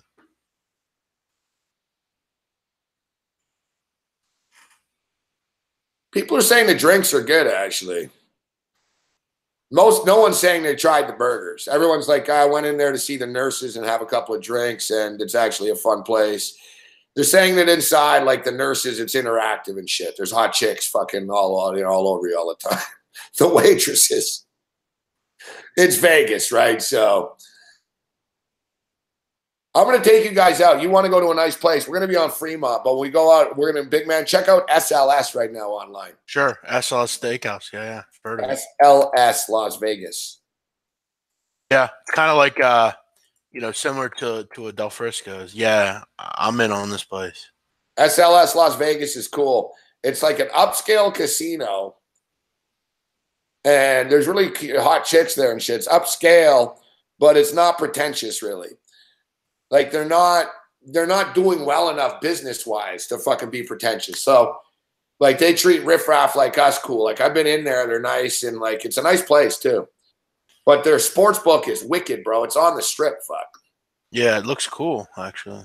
Yeah, like it's fucking. There's a patio on Las Vegas Boulevard. It's like one of the only sports book in Vegas that has. It's outside, and they got like palm trees and all that shit. Vegas is a wicked city. Just looking at Vegas, I'm like, oh, fuck. Yeah, I'm about to go to this place, Katsuwaya in SLS. Yeah, we're going to be pounding back the Phillies win. Trevor Plouffe, 3-run home run. You know what, Kyle Hamburg? The food at the Golden Nugget is good. The food at the Golden Nugget's not bad. They have like a decent sort of diner. Middle of the road. It's not like overly expensive, but it's not too cheap. It's good. And they have a decent sort of just snack bar in the sports book too. I know every snack bar in the city pretty much. Like some of the sports books food's fucking bad. Some of them are all right.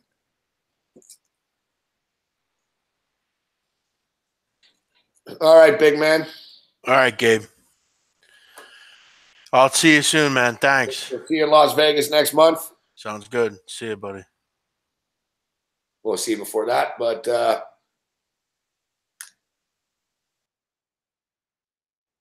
I know Kyle Hamburg is fucking fired up. Yeah, we're gonna have a good time in Vegas.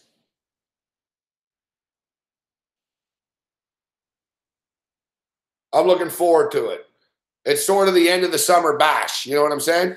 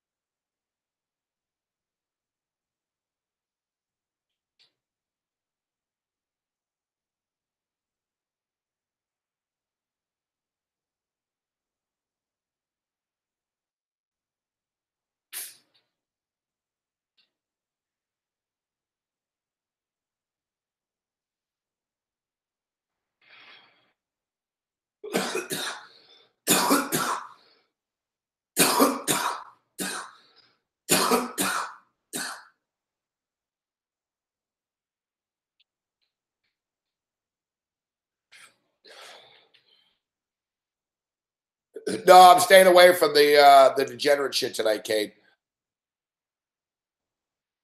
I jumped on the Seattle Mariners. I don't even know what happened. Fuck. Did Seattle win?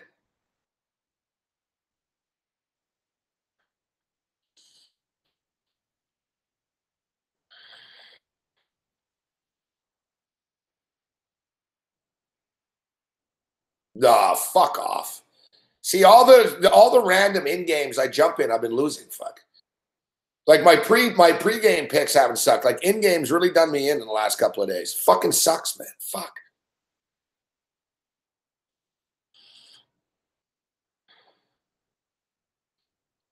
All right, so should be fun tomorrow with Babano. Babano's going to be in Vegas too. We can't forget he and Cameron. So Babano's going to be in Vegas. Tomorrow night we should have a number for this Johnny Manziel game on Thursday.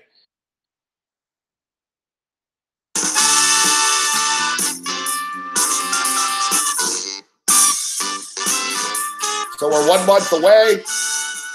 You know, listen, you don't need, you know, if you missed out on the free room that SBR was going to hook you up with, that's fine. You can still join us at the Golden Nugget August 24th through 26th in Las Vegas. Check out all the SBR content in the morning. Remember to sign up at a Sportsbook. Get a nice fat bonus. Support SBR so you keep the wheels rolling. We'll see you tomorrow. Other than that, you're on your own. Later.